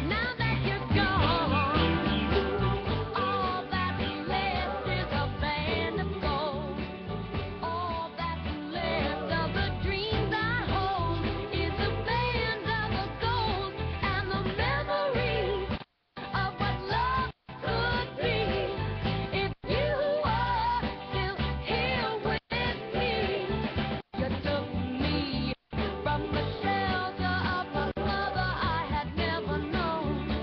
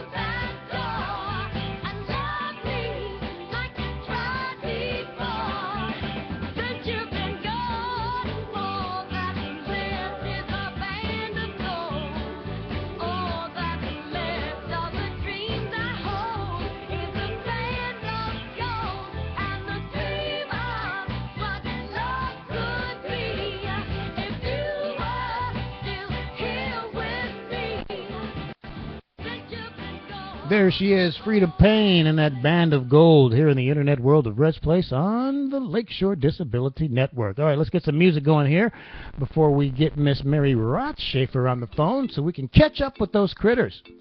That is the name of her segment, Catching Up with the Critters. And let's give Mary a buzz right now and get her on the line and find out about things. 7:14 here in the internet world of Red's Place. We're about to catch up with Mary Rotschafer and those critters from the Critter Barn. A working farm right here in RC. Good morning, Mary Rotschafer. How are you? I'm just fine. Good, good. Nice to hear your voice. Nice to have you back. And I guess my first question for you is, how did you sleep last night? Oh, boy, I slept awesome. Did you? Why, something happened during the night that would wake me up? No, not particularly. I just, I had a very restful night's sleep myself, one that I haven't had in like weeks. So for some reason I just thought I'd ask you to see how you slept as well. Well, I guess it was a good night for sleeping, huh? Yes, it was. Shelley slept well. She didn't snore. Nobody woke up and went to the couch. It was a great night. No, it was all good. Went to bed a little late. Got a lot that we're working on right now, and last night we had a special event happen where we have a little mountain Welsh pony that has come to our farm, and pretty cool. There's a member of the West Coast Chamber of Commerce that I've met over time, and she has some horses and has this pony that needed a different home so that he could be handled a little bit more. Her family has grown up, and kids aren't around as much, and so we have this wonderful pony. He's a little bit bigger than a donkey, and we're looking forward to him giving boys and girls a ride when they come to the Critter Barn in the future. So yeah, it was kind of a special night. Very, very good. Well, It is the 22nd day of November, and as this month is coming to a close, December is just around the corner, and a very, very special time at the Critter Barn. Exactly right, Brad. And people are talking about it already. We're getting more questions. I know where my husband works, a lot of people are asking him about it. It's called the Live Nativity, and pretty obvious, a celebration of Christ's birth. But in our old red barn, a few boughs of lights by Shine Holiday Lighting, a few simple Christmas decorations, things look pretty festive here, and we're starting to turn that corner. And just yesterday took all the supplies out of the storage area, and it's exciting to see that time of year approaching again. And I think for people that are tuned in and maybe don't know about what we do, there's been a project for several years of collecting a beautiful set of photographs that we've blown up from folks who's traveled to Israel. And so the focus is to teach kids about farming and shepherds and sheep and the terrain and the food and the animals that lived in Israel at the time that Jesus was born, and give them this visual so that they can see what it looks like over there. There's a lot of photographs of the caves and a manger that was hewn out of big rock for the purpose of watering animals. Some of the skills that the children had to care for sheep, things like that we highlight, and just help people take a few moments to reflect. And so there's this big big room of photographs, and they're large, so everybody can see easily. Kind of takes people from, visiting the animals in their busy season and all the running around, and gives them a chance to just sit down and focus, and then they go see the live nativity with animals and real people in costumes, and it's just a great experience. So I think it's our 14th year doing this now. It is really a great experience. I remember the first time I went there, I had a feeling, and I'm not just saying this to help promote this, but I had a feeling of being transported to a different place. I mean, as soon as you step in the barn, the light from outside is gone, and you're just bathed in the light that's in there, and everything that has to do with that. And those big pictures, I mean, they are so big. You feel like you're there. You can get a sense. And I forgot that you had the animals that were from that period, that really lends itself to, the realism of your display. And of course, then there's the live nativity, seeing the actual people. We've heard the story of Christ's birth over and over and over, but to actually see it live, and not in a play form. They're not doing a play. They are portraying the actual characters. And it's just, it's almost breathtaking, Mary. It really is. And I want to know, have you gotten any national coverage yet? Surely people around the country have had to heard about this. There's people that are here that live in different places in our country. To say that we've gotten any attention on a grander scale, no, not that I'm aware of. But last year we had about 4,500 people come through. So, we have a lot of folks that come through, and I'm not sure that I would know anybody, to make that kind of contact. Maybe you can do that for me, Red. You know a lot of people in high places. I tell you, it has certainly crossed my mind, and I know that we are a destination, a vacation destination, Holland, and I just think that, maybe the CVB could maybe do a little more to let people know, because you're another, if you will, attraction that Holland has to offer, in addition to being an educational farm. So there's kind of a double whammy there, and I just think that, I don't understand. Maybe it's nice that it's all local and keeping it just for us here in the West Michigan area, and maybe Lansing and what have you. Maybe it's better that way instead of having all the big crowds. But I just want so many more people to be touched by what you're doing. Well, thank you, Red. Thank you. I think that's what it's all about. We were sharing some of the fun stories that have happened because I have a lot of staff right now who's heading into the Nativity for the very first time. So yesterday, as we were getting all the supplies out and showing people and talking about how many people come to the farm, I'm watching their faces like they have no idea what they're in for and how busy it can be. But then we talked about some of the favorite things that have happened. And last year we had a group of folks that were there with their children and their strollers, and some of the children that were 8, 9, 10, and they were sitting in the classroom ready for our little presentation that precedes going in to see the live nativity. And about 7 or 8 young adults from a home in the area, special needs adults, came in. And some of these kids have been to the farm before. So one guy comes up, gives me a high five, and they're a little boisterous and, knock a bench over. And, so they make this sort of grandiose, obnoxious entrance, and then they settle down. And one of them said that they were going to help me tell the story because they've been here before. And I watched the other people, and it's like, whoa, they came for this nice experience, and they weren't unsettled, but, it was pretty distracting. And I think they were thinking, well, I hope this settles down because they want their kids to have this good experience. Yeah. Well, anyway, things did settle down. We got through that, and we went in and saw the nativity, and the special needs young adults were all very quiet and mesmerized by it, and I'm just going, okay, good, this is all good. Everybody settled down, and we're good. And they listened to the story, and they watched it, and then it gets all done. And the music stops, and the Mary and Joseph have come forward with this very realistic, beautiful doll that a person donated to us a year ago. And it's all done, and it's absolute pin-drop silence. And one of the special needs girls points and said, "That's baby Jesus." And then she pointed at her chest, and she says, "He lives in here." Wow. And there wasn't a dry eye in the group, and all these parents with their younger kids were so taken by that. And I think that transition from, whoa, we're going to go through this experience with these more obnoxious, louder young adults who express themselves, so freely and whatnot.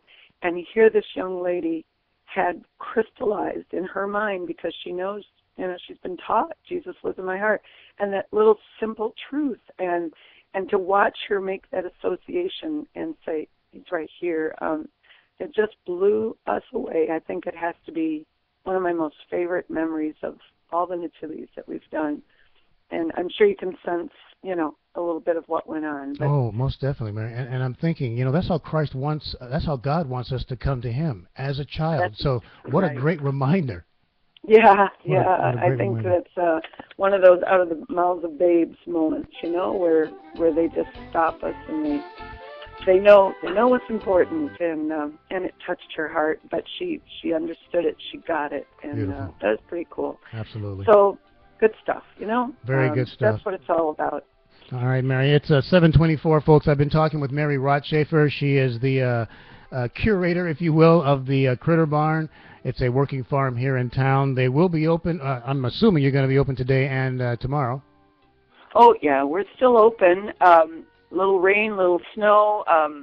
We're working here at the farm. We had quite a few guests here yesterday who still come to check out the farm, and we want to welcome people. If you come this coming Saturday, or the following Saturday, the next 2 Saturdays, although we will still remain open, we're going to be pretty focused on getting ready for the live nativity, and although you can still come, you're going to also see people working, a lot of people working pretty hard to get ready for this event. It starts on December 3, and we're open Tuesdays through Saturdays during the Christmas season. Little confusing this year. We're open Tuesdays through Saturdays, but with Christmas being on Wednesday, that last week, that last Monday before Christmas, the 23rd of December, we'll be open all day. Then we're closed on Christmas Eve. So I suggest people just pop on our website, critterbarn.org, and it's right there on the beginning of the homepage, a video about our live nativity, and all the information about time and so on. It's all there. And if they have any questions, they can call our office phone number, 616-748-1110. And critterbarn.org would be happy to help you make plans. Groups are welcome. Admission is free. We ask for donations. If you come with a big group, we do ask for a minimum donation of about $5 a person, but we hope a lot of folks will take advantage of that this year and come out and see the live nativity that Critter Barn style. Beautiful, beautiful. All right, my dear. Well, have yourself a great day and a very nice weekend, and I look forward to talking with you next Friday morning. Yeah, that's great, Red. Good to hear you, too. Nice to be back. Thanks for the call this morning. You have a great day as well. You too, Mary. Bye-bye. All right, bye-bye.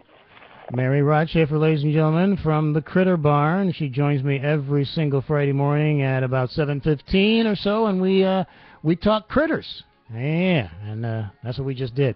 Now, coming up here in the internet world of Red's Place, we're going to have a lot of fun. We're going to have an interview with the head coach of the Zeeland West Ducks, because they've got a real big game coming up here. And, hold on here. I need a short song. They've got a big game coming up tomorrow, and we'll hear all about the game and about the players and some stats and all that in just a few moments when we talk with Coach John Sciletto. Right now, as I set things up, let's listen to... No, we're not going to listen to this advertisement. I said mute. Mute. There we go. We're not going to listen to that advertisement. But once it's done, we'll listen to the Supremes' You Can't Hurry Love, and then we'll dial up the coach and get him on the line for our conversation here in the internet world of Red's Place on the Lakeshore Disability Network.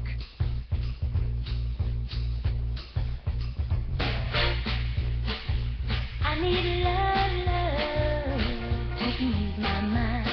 I need the time, someone to call mine. But Mama said you can't hurry love. No, you just have to wait.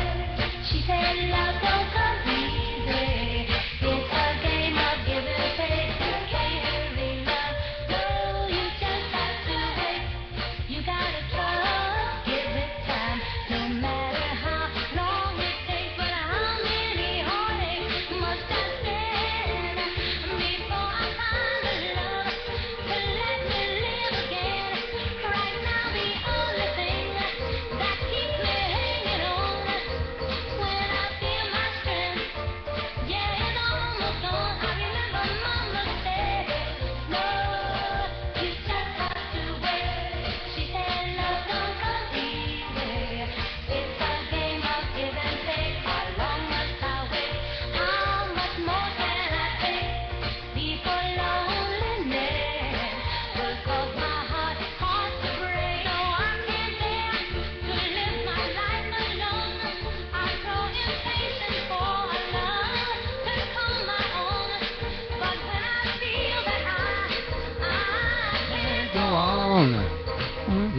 this word. Hanging on. I remember Mama said, yes, the Supremes, you can't hurry, love, here in the internet world of Red's Place. It is 7:29. The temperature in the Tulip City, 43 degrees. In Zeeland, it is 40 degrees.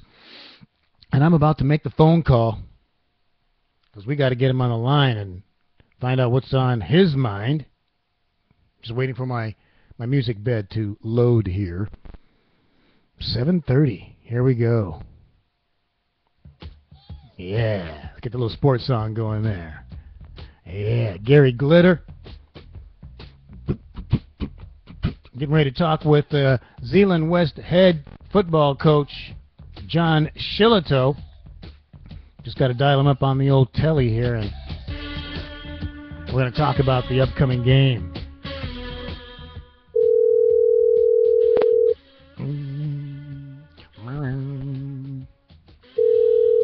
Coach Shillito. Coach's office. Is this Coach Shillito? It is. This is Red Kingman. How are you this morning, sir? Good. How are you? Very, very well. So, you got somewhat of a big game on tap tomorrow? You bet. Hey, how big is this game for you and the team?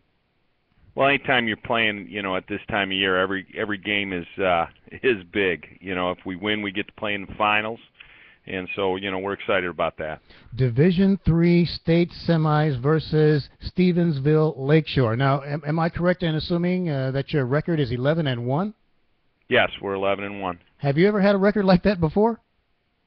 We were 14-0 and state champs 2 years ago. And where was I? Right here in Holland, and I should have known that. So this is kind of a similar situation. And you have maybe, one or two of the guys from that team with you? Yeah, actually, two of the guys that started for us on that team are still playing. Beautiful. That's Jordan Van Dort and Marcus Lambert. All right. Well, my first big question, would you explain to us the wing T offense, since it's an offense that few schools run anymore? That would take a while. The condensed version. It is. Just 1 second. Okay, I just had somebody walk in the door. Okay. It's an offense. It's a run-first offense for us, and it's based on having 11 guys, or actually 10 guys, who all block and run for you. We got carry-out fakes. There's a deception piece, but I think sometimes the deception piece is overrated, and the get off the ball and block people piece is what's most important for us. All right. Now, of course, your opponents are studying films left and right of what you're doing.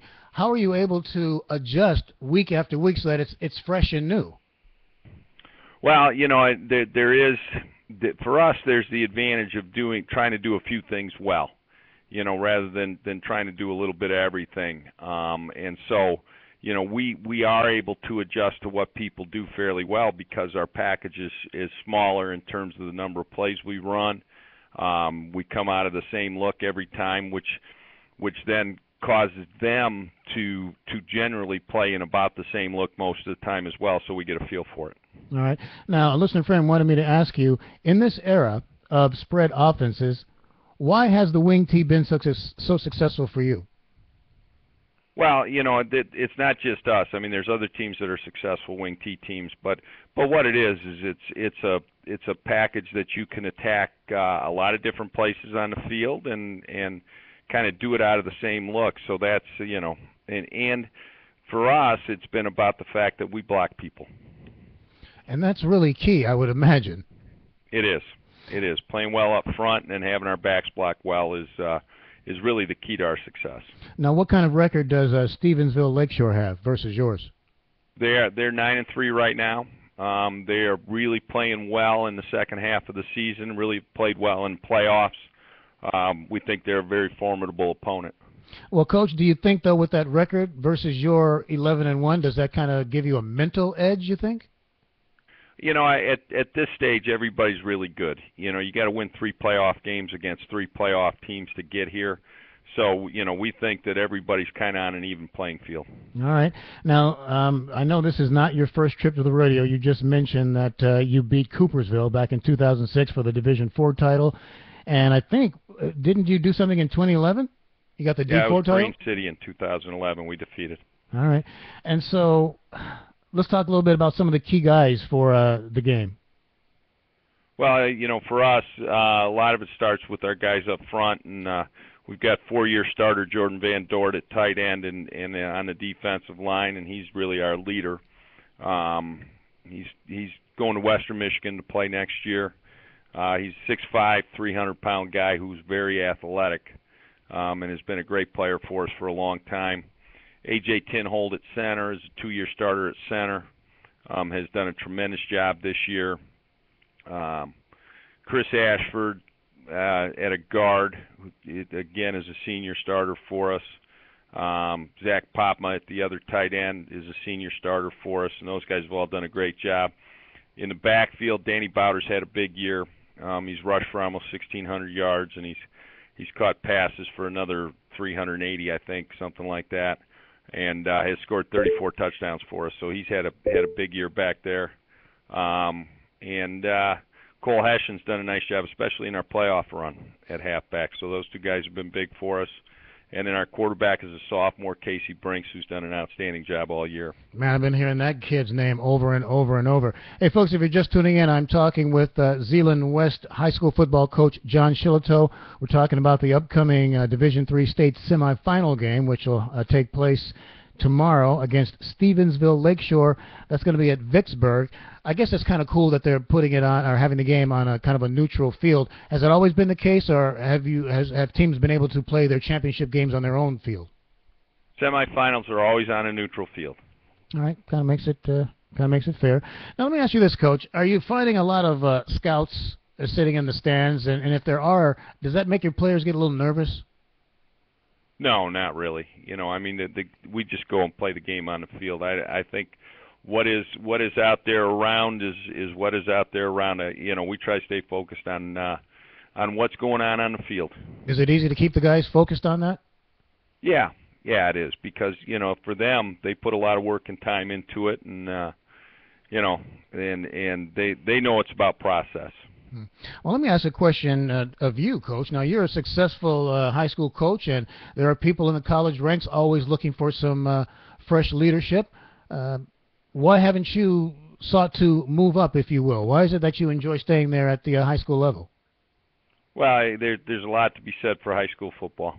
I've been doing it now. This is my 30th year as a head coach, and I wouldn't trade that for anything. And we get to see new kids every year and get to watch them grow, and the education part is important. And there's a lot of reasons to stay in high school. I think job security is another one. A lot of times those guys get to that next level, you end up moving around a lot. And so from a family standpoint, being able to see my kids grow up in the same area and those kinds of things have been good. Well, it's nice to hear that success hasn't gone to your head, and that you sound like you're well grounded, and you're certainly a part of the community. And all I can say is go Ducks. I wish you the best and hope you can bring home a third division title. Thank you very much. All right, thanks for stopping by this morning, Coach. All righty. Bye-bye. Bye-bye. Coach John Shillito here in the internet world of Red's Place, talking about the big game that's coming up on Saturday in Vicksburg against Stevensville Lakeshore. Their record is 9-3. The Ducks are at 11-1. And I do remember that one season when they went 14-0. There was quite a lot of talk about that. It's just that I'm not really thick into the sports at the high school level. I guess my focus was more, Hope College and above. But a listener friend was talking to me yesterday. He was really excited about the Ducks. As you can see, I've got them on the whiteboard behind me. So I thought, for this listener friend and for everyone else, why don't we talk to the coach and find out what he's thinking about? So that was cool. I enjoyed that very much. 7:38 is the time. And you're listening to the internet world of Red's Place on the Lakeshore Disability Network. We'll take a look at Holland's Tulip City forecast in a moment.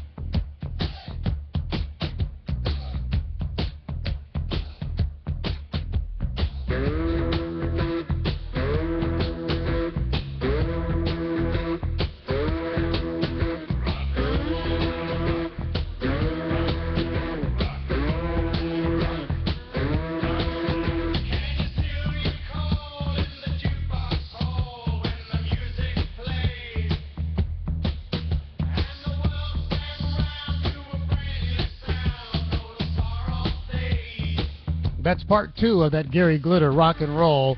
Most people just hear part 1. I've played the entire song before, so I don't think that anyone's going to miss anything right now. Okay. It's 7:41, and I think that we need to take a look at Holland's Tulip City forecast from weather.com. And if you're a person who enjoys the snow, well, stay tuned because you're going to get some of that. Today, this morning, there is a chance for a rain-snow mix, but watch for gradual clearing, and then sunshine in the afternoon today. We'll have temperatures falling to about 37. This evening, 50-50 chance for more snow showers, no accumulation, low 25. And on Saturday, for you snow lovers, there is a 90% chance for snow, maybe up to 2 inches of accumulation. Winds gusting as high as 36 miles per hour. Look for a high near 27. Currently in the Tulip City, it's 43 degrees. And in Zeeland, 40 under mostly cloudy skies. Get the latest weather at weather.com. But I might check the weather one more time here before we leave today. There is a possibility. 7:42 is the time. You know, Evelyn Champagne King, when she came on the scene, that was her name, Evelyn Champagne King. And then she dropped the champagne like a lot of, singing artists do when they kind of grow up. But I think she did some of her best work, and this is just me, as Evelyn Champagne King, because then she seemed to have nothing to lose. She was willing to take some chances, and her music seemed broad. And then when she changed, dropped the champagne, it was just Evelyn King. She tried to get more serious, and I think that's where she had problems. But that's just my opinion. Right now, we're going to listen to one of her biggest hits when she was Evelyn Champagne King, and it's titled Shame. Here in the internet world of Red's Place on the Lakeshore Disability Network.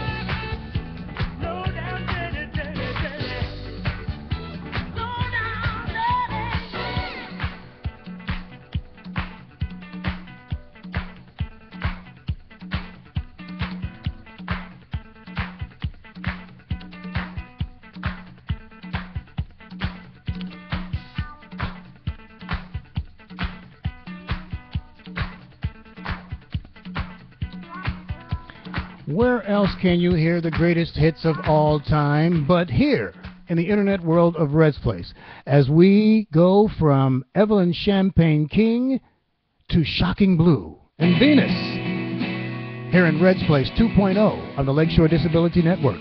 The time 7:48 and the temperature in downtown Holland 43 degrees.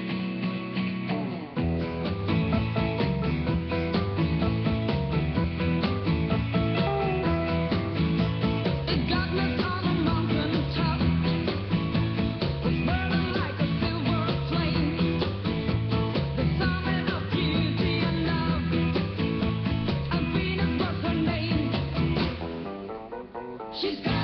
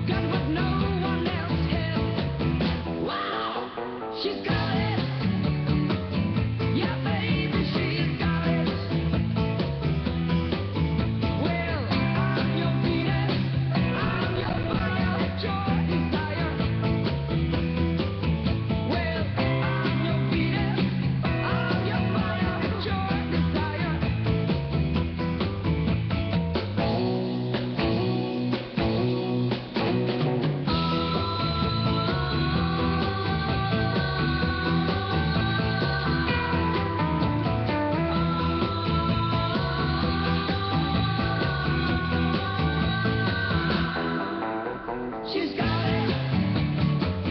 Yeah, baby, she's got it.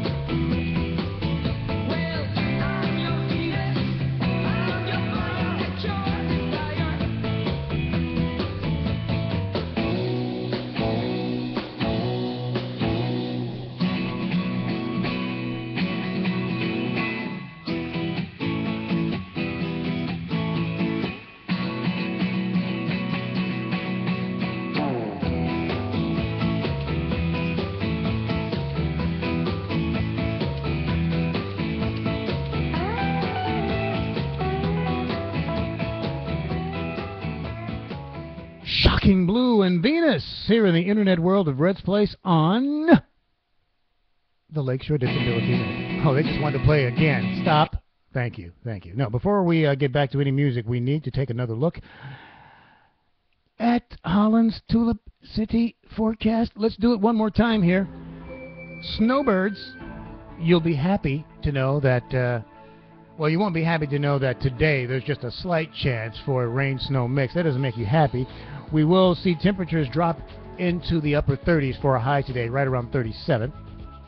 For tonight, 50-50 chance of snow showers, low around 25. And here you go, snowbirds. On Saturday, 90% chance of snow, maybe up to 2 inches of accumulation. Winds gusting as high as 36 miles per hour. Look for a daytime high near 27. That's for Saturday. Right now it's 43 in Holland and 40 degrees in Zeeland. Get the latest weather forecast on your smartphone. I'm sure you have an app. And if you don't, just log on to weather.com and you'll be able to get that forecast right there. I promise you.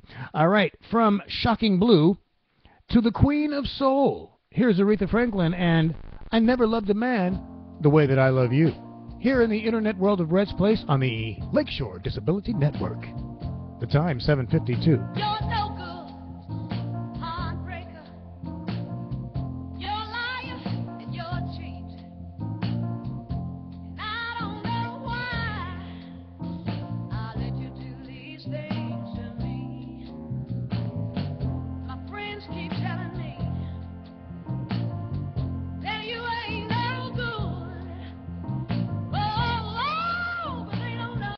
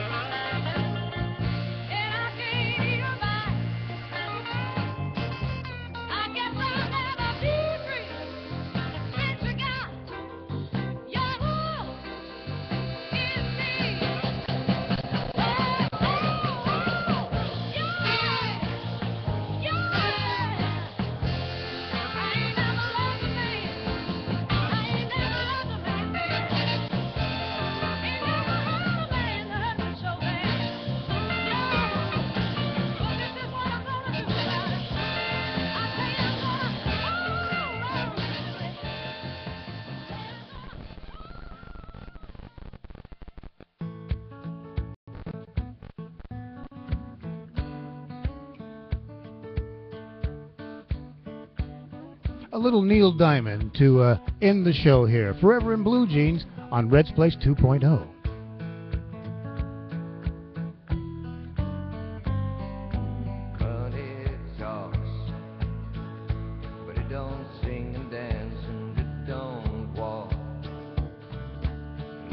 I can have you here with me. I'd much rather be forever in blue jeans. Honey is sweet, but it ain't nothing next to baby's treat. If you pardon me, I'd like to say we'd do okay forever in blue jeans. Baby, tonight, by the fire, all alone, you and I. Nothing around but the sound of my heart and your sighs. Money talks, but it can't sing and dance, and it can't walk. As long as I can have you here with me, I'd much rather be forever in blue jeans, babe. And honey, sweet, but it ain't nothing next to baby's treat. If you'll pardon me, I'd like to say we'd do okay forever in blue jeans.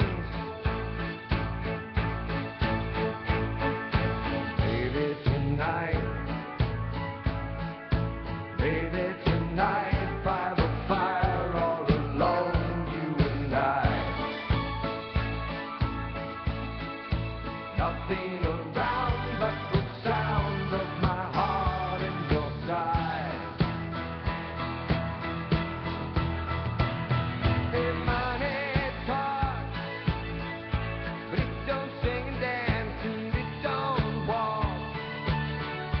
As long as I can have you here with me, I'd much rather be forever in blue jeans.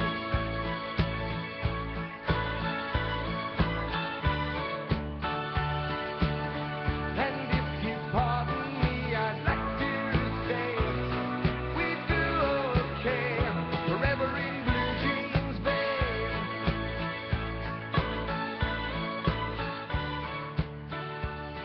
Alrighty, there he is, the elder statesman of rock and roll, like they like to call him, Neil Diamond, and one of his greatest hits there, Forever in Blue Jeans. Well, it's been a great show. I've enjoyed myself thoroughly. Thank you for being here with me.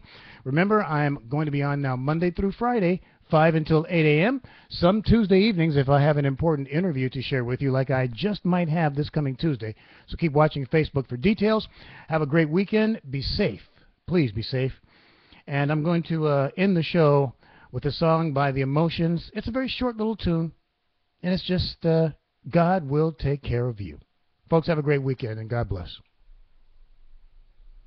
Be not dismayed.